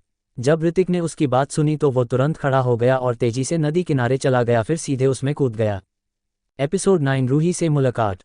नदी का पानी काफ़ी साफ था और चांद की रोशनी में नीचे गहराई तक देखा जा सकता था। जैसे ही नदी के ठंडे पानी ने उसके पूरे शरीर को भिगो दिया, ऋतिक को तुरंत महसूस हुआ कि उसकी जलन कम हो रही है। ओह, उसे एक राहत महसूस हुई। इस प्रकार के जहर से इंसान का शरीर जलने लग जाता है, लेकिन ठंडे पानी की मदद से उस पर ज़्यादा असर नहीं होता। ओह, तो तुम यहाँ हो, टीम के लीडर ने हंसते हुए कहा। थोड़ी देर बाद वो टीम वहाँ पहुँच गई थी जहाँ रूही लेटी हुई थी। चले जाओ वरना मारे जाओगे, रूही ने अपनी आईब्रोज ऊपर कर ली और बिना किसी भाव के चिल्लाई। ब्रूना जो टीम का लीडर था उसने पेड़ के सहारे लेटी हुई रूही को देखा, फिर पास में पड़ी उसकी स्वॉर्ड को, और वो समझ गया कि रूही इस समय घायल थी। उसने पहले भी इस लड़की को देखा था और वो अपनी स्वॉर्ड से रैंक 3 के इवॉल्व मॉन्स्टर को मारने में कामयाब रही थी। वो उसकी खतरनाक पावर से काफ़ी ज़्यादा हैरान था और इससे भी हैरानी वाली बात यह थी वो उम्र में काफ़ी छोटी थी। बॉस, ऐसा लग रहा है कि वह गंभीर रूप से घायल हो गई है और हिल नहीं सकती, उनमें से एक आदमी ने ब्रूना के कान में फुसफुसाया। ब्रूना ने अपना सिर हिलाया, उसने भी ऐसा ही सोचा था। तभी अचानक से रूही ने अपना एक हाथ आगे बढ़ाया और उसकी स्वॉर्ड उड़ते हुए उसके हाथों में आ गई। फिर उसने उन लोगों को घूर कर देखा और रूखे अंदाज में कहा, दफा हो जाओ, मुझे डराने की कोशिश मत करो, अब तुम मेरा कुछ नहीं बिगाड़ सकती, बोलो क्या तुम कर सकती हो। ब्रूना थोड़ा डर गया था लेकिन फिर भी उसने मुस्कुराते हुए कहा। इसी ख्याल के साथ ब्रूना ने रूही की ओर चलना जारी रखा। अपने सामने एक सुंदर सी लड़की देखकर ब्रूना के दिल में उसके लिए गंदे आइडियाज़ आने लग गया थे। रूही ने गुस्से में अपने होंठ दबा लिए। अपनी स्वॉर्ड उठाने में उसे बहुत मेहनत करनी पड़ी थी और उसके पास लड़ने के सिवा कोई और रास्ता नहीं था। ठंडे पानी में भीगने के बाद ऋतिक की बॉडी काफ़ी हद तक ठीक हो चुकी थी, कम से कम उसकी जलन तो दूर हो ही गई थी। हालांकि जब उसने उन लोगों को आते हुए देखा तो उसका चेहरा पीला पड़ गया। ये लोग बहुत पावरफुल है। वहाँ लगभग 5-6 लोग थे और वे सभी के सभी वॉरियर्स थे। हे चिंता मत करो, मैं तुम्हारे साथ अच्छा बर्ताव करूंगा। ब्रूना आगे बढ़े और देखा कि रूही केवल उस पर अपनी तलवार तान रही थी, लेकिन वह न तो हिल सकती थी और न ही हमला कर सकती थी। क्या तुम अपनी मौत को दावत दे रहे हो? तभी ब्रूना के कानों में किसी की आवाज़ सुनाई दी। जब रूही ने वो जानी पहचानी आवाज़ सुनी तो वो काफ़ी ज़्यादा सरप्राइज हो गई। इस लड़के ने सच में बाहर आने की हिम्मत की। क्या वो ये नहीं जानता कि अपनी ताकत से वो इन लोगों से बिल्कुल भी निपट नहीं पाएगा? वो कौन है? उस आवाज़ को सुनकर ब्रूना थोड़ा डर गया और पीछे मुड़ा। उसने पीछे मुड़कर देखा कि पानी में भीगा हुआ एक लड़का उनकी की ओर ही आ रहा है। जैसे ही उन्होंने ऋतिक को देखा तो बाकी लोग भी सावधान हो गए। ब्रूना रैंक 2 का वॉरियर, खंजर चलाने में माहिर, ओवरऑल स्ट्रेंथ 1540। ऋतिक धीरे से बोला और उसकी नज़र इन लोगों पर पड़ी। ब्रूना और बाकी लोग ऋतिक की बातें सुनकर शॉक हो गए। ऋतिक ने कोई भी पावर डिटेक्टर मशीन नहीं पहनी हुई थी, लेकिन फिर भी वो उनके लेवल को बता सकता था और यहाँ तक कि उसकी रैंक भी जानता था। ये सुनकर सभी लोग अंदर ही अंदर कांपने लगे।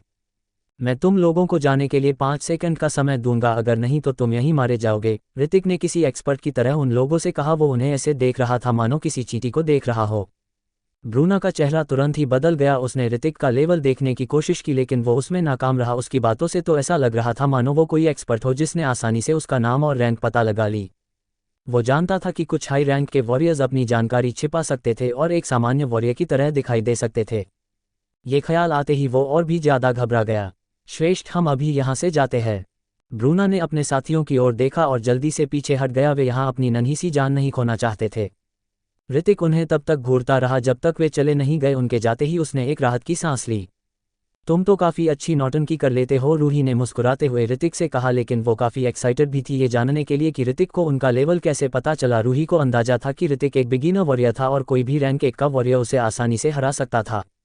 ऋतिक ने थोड़ी देर आराम किया और रूही से कहा, चलो अब चलते हैं, अगर उन्हें असलियत का पता चला और वे दोबारा लौट आए तो हम मुसीबत में पड़ जाएंगे। रूही ने हाँ में अपना सिर हिलाया।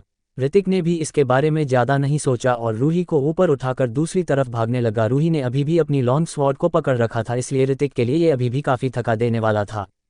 बॉस, मुझे ऐसा लग रहा है कि कुछ ठीक नहीं है। जैसे ही ब्रूना और बाकी लोग जा रहे थे उनमें से एक ने अपनी भौहें चढ़ा लीं और बोला, सही नहीं है। ब्रूना ने रुककर इस बारे में ध्यान से सोचा, फिर उसका चेहरा एकदम से भयानक हो गया। बहुत बढ़िया, उसने मुझे बेवकूफ़ बनाने की हिम्मत की, पीछा करो और उन्हें मार डालो। ऋतिक हौंफ रहा था और वो रूही को लेकर दूसरी दिशा में भाग रहा था। वो लोग वास्तव में एक बेवकूफ़ थे जिन्हें ऋतिक ने आसानी से बेवकूफ़ बना दिया। शुक्र है उसके पास उसकी सुपर आई स्किल थी। ऋतिक को अंदाजा हुआ कि उसकी सुपर आई स्किल अपने से 2 रैंक ऊपर के मॉन्स्टर और वॉरियर का लेवल पता कर सकती थी, लेकिन उन लोगों के लिए जो 3 रैंक ऊपर थे ये काम नहीं करेगी। कुछ देर तक दूसरी दिशा में बिना रुके दौड़ने के बाद ऋतिक का शरीर थक गया था और वो रास्ते में ही रुककर से गया। उसे अंदाजा नहीं था कि उसे सोए कितना समय बीत गया था और जब उसकी आंख खुली तो सवेरा हो गया था। वो एक विशाल पेड़ के नीचे लेटा हुआ था जिसके ऊपर बहुत सी लताएं लटक रही थीं। साथ ही ऋतिक को एहसास हुआ कि उसके शरीर पर एक और कोमल शरीर पड़ा हुआ था। पहले तो वो थोड़ा हैरान हुआ, फिर एक पल के बाद उसे होश आया। ऋतिक ने करीब से देखा और उसे यकीन नहीं हुआ कि उसने कब रूही को अपने गले से लगा लिया था। रूही इस समय भी सो रही थी और उसके कोमल और गोरे चेहरे पर आंखें कसकर बंद थीं। उसके शरीर पर हल्की सी खुशबू थी और ऋतिक एक गहरी सांस लेने के अलावा कुछ नहीं कर सका। और ठीक है, वो कल दौड़ता रहा और उसे उम्मीद नहीं थी कि वह रास्ते में ही सो जाएगा। तभी रूही की आंखों में मूवमेंट होने लगी। जब ऋतिक ने देखा कि रूही जाग रही है तो वो दूर जाकर खड़ा हो गया। अगर रूही को पता चला कि उसने उसे सोने के लिए गले लगाया था तो रूही उसे जिंदा ही जला देगी। ऋतिक को भूख लगने लग जाती है, लेकिन आसपास कोई पानी का स्रोत नहीं था और उसे कोई जानवर भी नहीं दिखा। इसी बीच रूही ने पहले ही अपनी आंखें खोल ली थीं और जब उसने ऋतिक को देखा तो उसकी आईब्रोज सिकुड़ गईं। उसके हाथ में लगी लॉन्ग स्वॉर्ड सहज रूप से ऋतिक की ओर इशारा कर रही थी।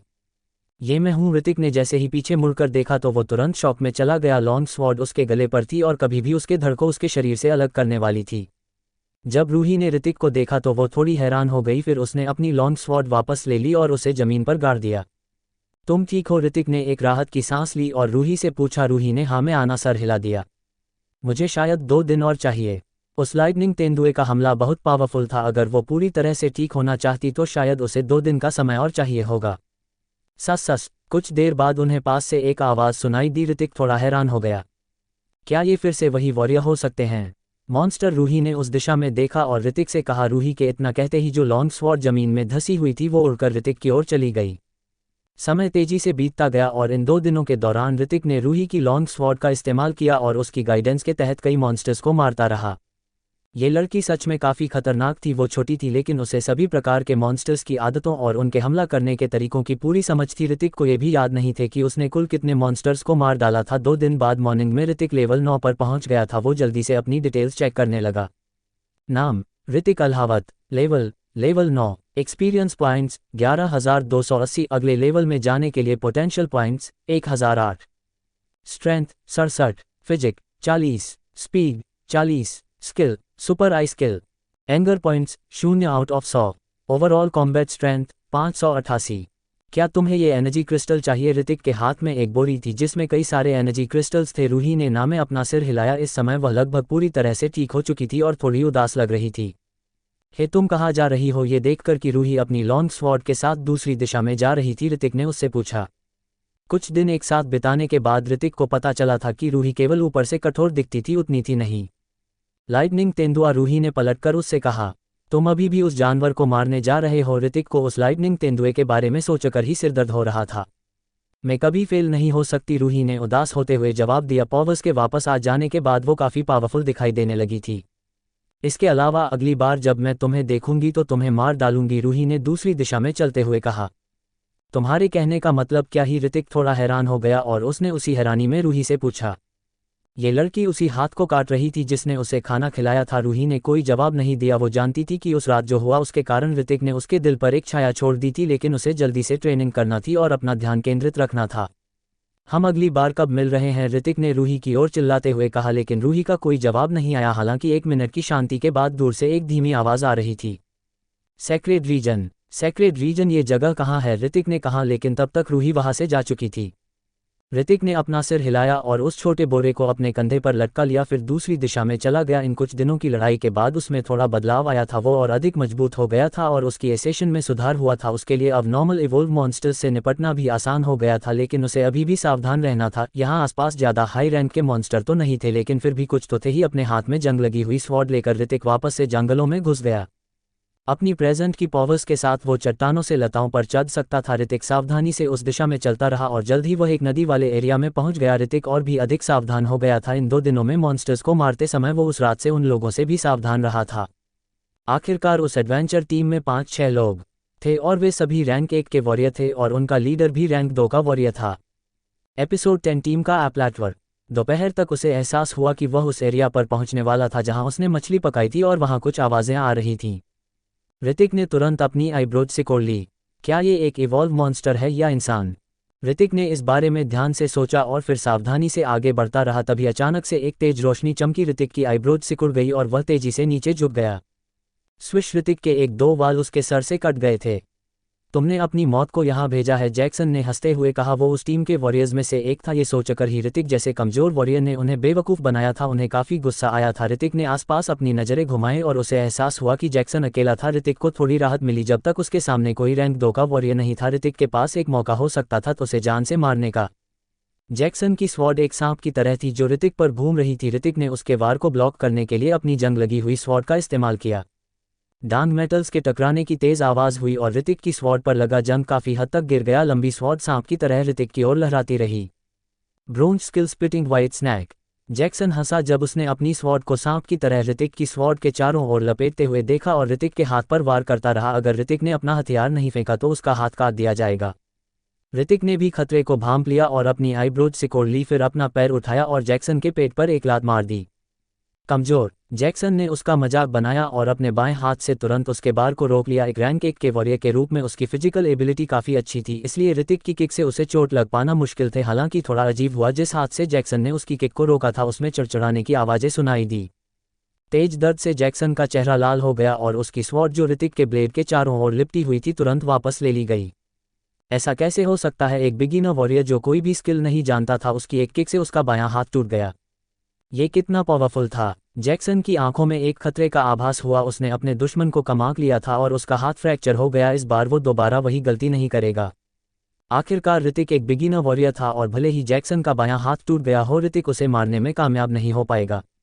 जैक्सन ने अपने दाहिने हाथ से स्वॉर्ड पकड़ी हुई थी और जैसे ही ऋतिक हमला करने के लिए आगे बढ़ा, जैक्सन ने उसके ऊपर अपनी स्वॉर्ड फेंक दी। वो बहुत तेजी से आगे बढ़ा और ऋतिक के सीने पर चाकू मारने में कामयाब हो गया। ऋतिक हल्के दर्द में करहाया और उसके आर्मोर में एक कट आ गया था।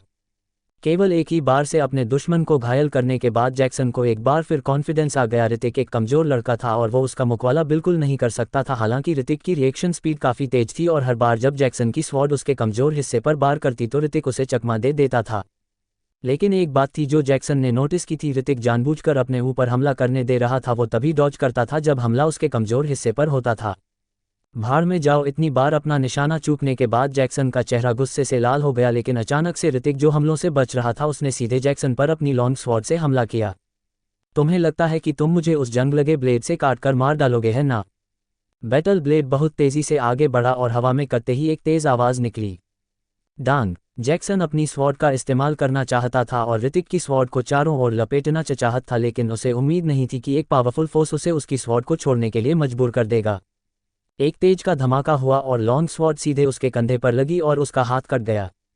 किसने कहा कि जंग लगा ब्लेड मार नहीं सकता? ऋतिक ने मुस्कुराते हुए जैक्सन से कहा। एक बिगिनर वॉरियर और रैंक 1 के वॉरियर के बीच अभी भी काफ़ी अंतर था। सबसे बड़ा अंतर ये था कि रैंक 1 का वॉरियर अपनी स्किल विकसित कर सकता था। ऋतिक ने ये आइडिया पहले ही सोच लिया था। वो लगातार उसके हमलों को चकमा देता रहा और अपने एंगर पॉइंट्स को बढ़ाता रहा। अपनी पावर अप स्ट्राइक के सामने जैक्सन के पास रिएक्ट करने का बिल्कुल भी समय नहीं था।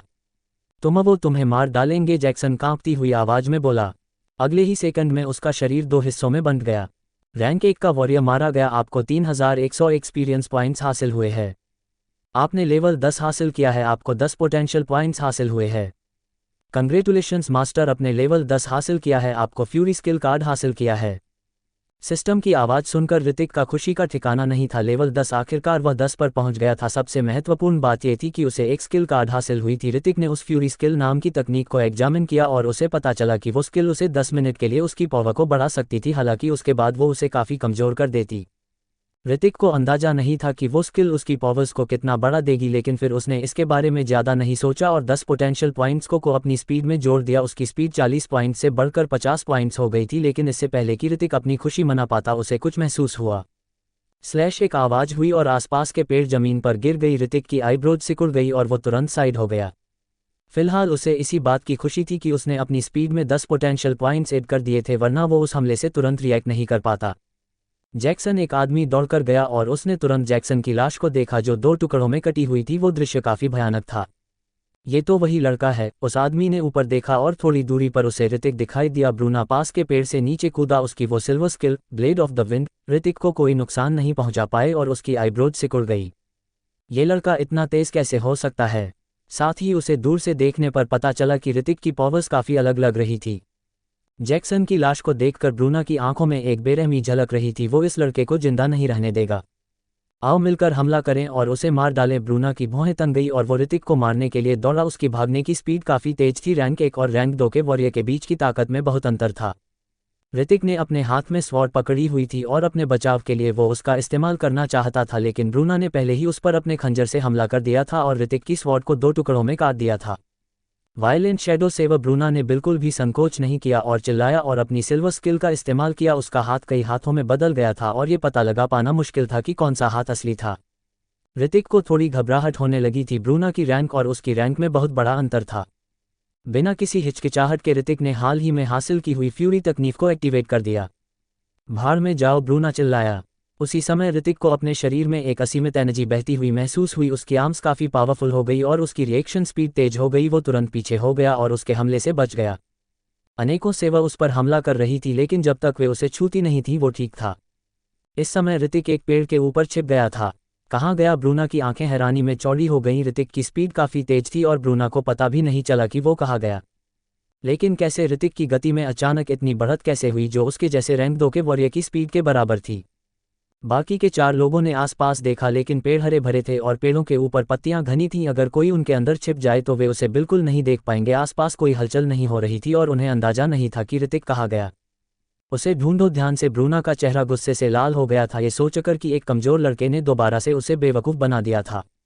ऋतिक अभी भी पेड़ के ऊपर छिपा हुआ था और अपनी सांसों पर कंट्रोल किए हुए था। ऋतिक काफ़ी ज़्यादा सरप्राइज था, उसकी ताकत पहले से दोगुनी हो गई थी, लेकिन 4 रैंक 1 के वॉरियर्स और 1 रैंक 2 के वॉरियर को मारना अभी भी थोड़ा मुश्किल था। उन्हें मारने का केवल एक ही तरीका था। ऋतिक ने देखा कि उन 4 वॉरियर्स में से एक के पास भला था और उसके पास एक भाले की स्किल थी, अगर वो उसके भाले को छीन लेता है तो हो सकता था वो उन्हें मार पाए। सब लोग अलग अलग हो जाओ। ब्रूना की आंखों में एक बेरहमी थी, वो जानता था कि ऋतिक यहाँ आसपास के पेड़ों के ऊपर ही छिपा होगा और एक बार भी कोई हलचल होने पर ब्रूना को तुरंत इसका एहसास हो जाएगा। ब्रूना की बात सुनकर सभी लोग अलग अलग जगह पर ऋतिक को तलाश करने लगे। बढ़िया। लंबा भाला पकड़े हुए आदमी ऋतिक की दिशा में आ रहा था। जब वो ठीक ऋतिक के नीचे पहुंचा तो ऋतिक के अपनी पूरी पावर्स का इस्तेमाल करके उसके ऊपर छलांग लगाए। वहां शोर सुनकर ब्रूना तुरंत उस दिशा की ओर मुड़ गया। टर्न उस वॉरियर के पास रिएक्ट करने का समय नहीं बचा था और ऋतिक पहले भी उसके ऊपर कूद चुका था। ऋतिक ने अपने पैर उस आदमी की गर्दन के चारों ओर लपेट दिए, फिर उसे जबरदस्ती जमीन पर धकेल दिया। खच्चर ऋतिक ने ताकत लगाकर उस आदमी की गर्दन को 90 डिग्री में घुमा दिया। उस आदमी की आंखें डर से चौड़ी हो गईं और ऐसा लग रहा था जैसे वह गुस्से में मर गया हो। बिना किसी हिचकिचाहट के ऋतिक ने तुरंत उस आदमी से लंबा भाला ले लिया। वो एक चांदी का भाला था और ऋतिक को अंदाजा नहीं था कि वो किस मेटल से बना हुआ था। भाले की नोक बेहद तेज थी और यहाँ तक कि ठंडी चमक भी छोड़ रही थी। हालांकि उसने पहले कभी भाले का इस्तेमाल नहीं किया था, लेकिन भाले की तकनीक तुरंत उसके दिमाग में आ गई। कमीने भाड़ में जाओ। एक वॉरियर को गुस्सा गया जब उसने देखा कि ऋतिक ने उसके साइडर को मार दिया था। उसने अपने बैटल ब्लेड को कसकर पकड़ लिया और ऋतिक पर हमला कर दिया। इस दुनिया में मेन रूप से इस्तेमाल किए जाने वाले हथियार या तो सेव थे यानी ब्लेड या फिर स्वॉर्ड थी, लेकिन भाले का इस्तेमाल ज़्यादातर लोग नहीं करते थे। पेंग। जब उस आदमी ने ऋतिक पर हमला किया तो ऋतिक ने उसे ब्लॉक करने के लिए भाले को आगे कर दिया। अचानक से इतना फोर्स लगने से उस आदमी का ब्लेड उसके हाथ से छूट गई। तो दोस्तों, आगे क्या होने वाला है ये जानने के लिए बने रहिए हमारे साथ। अगर आपको ये स्टोरी पसंद आती है तो प्लीज़ इसे लाइक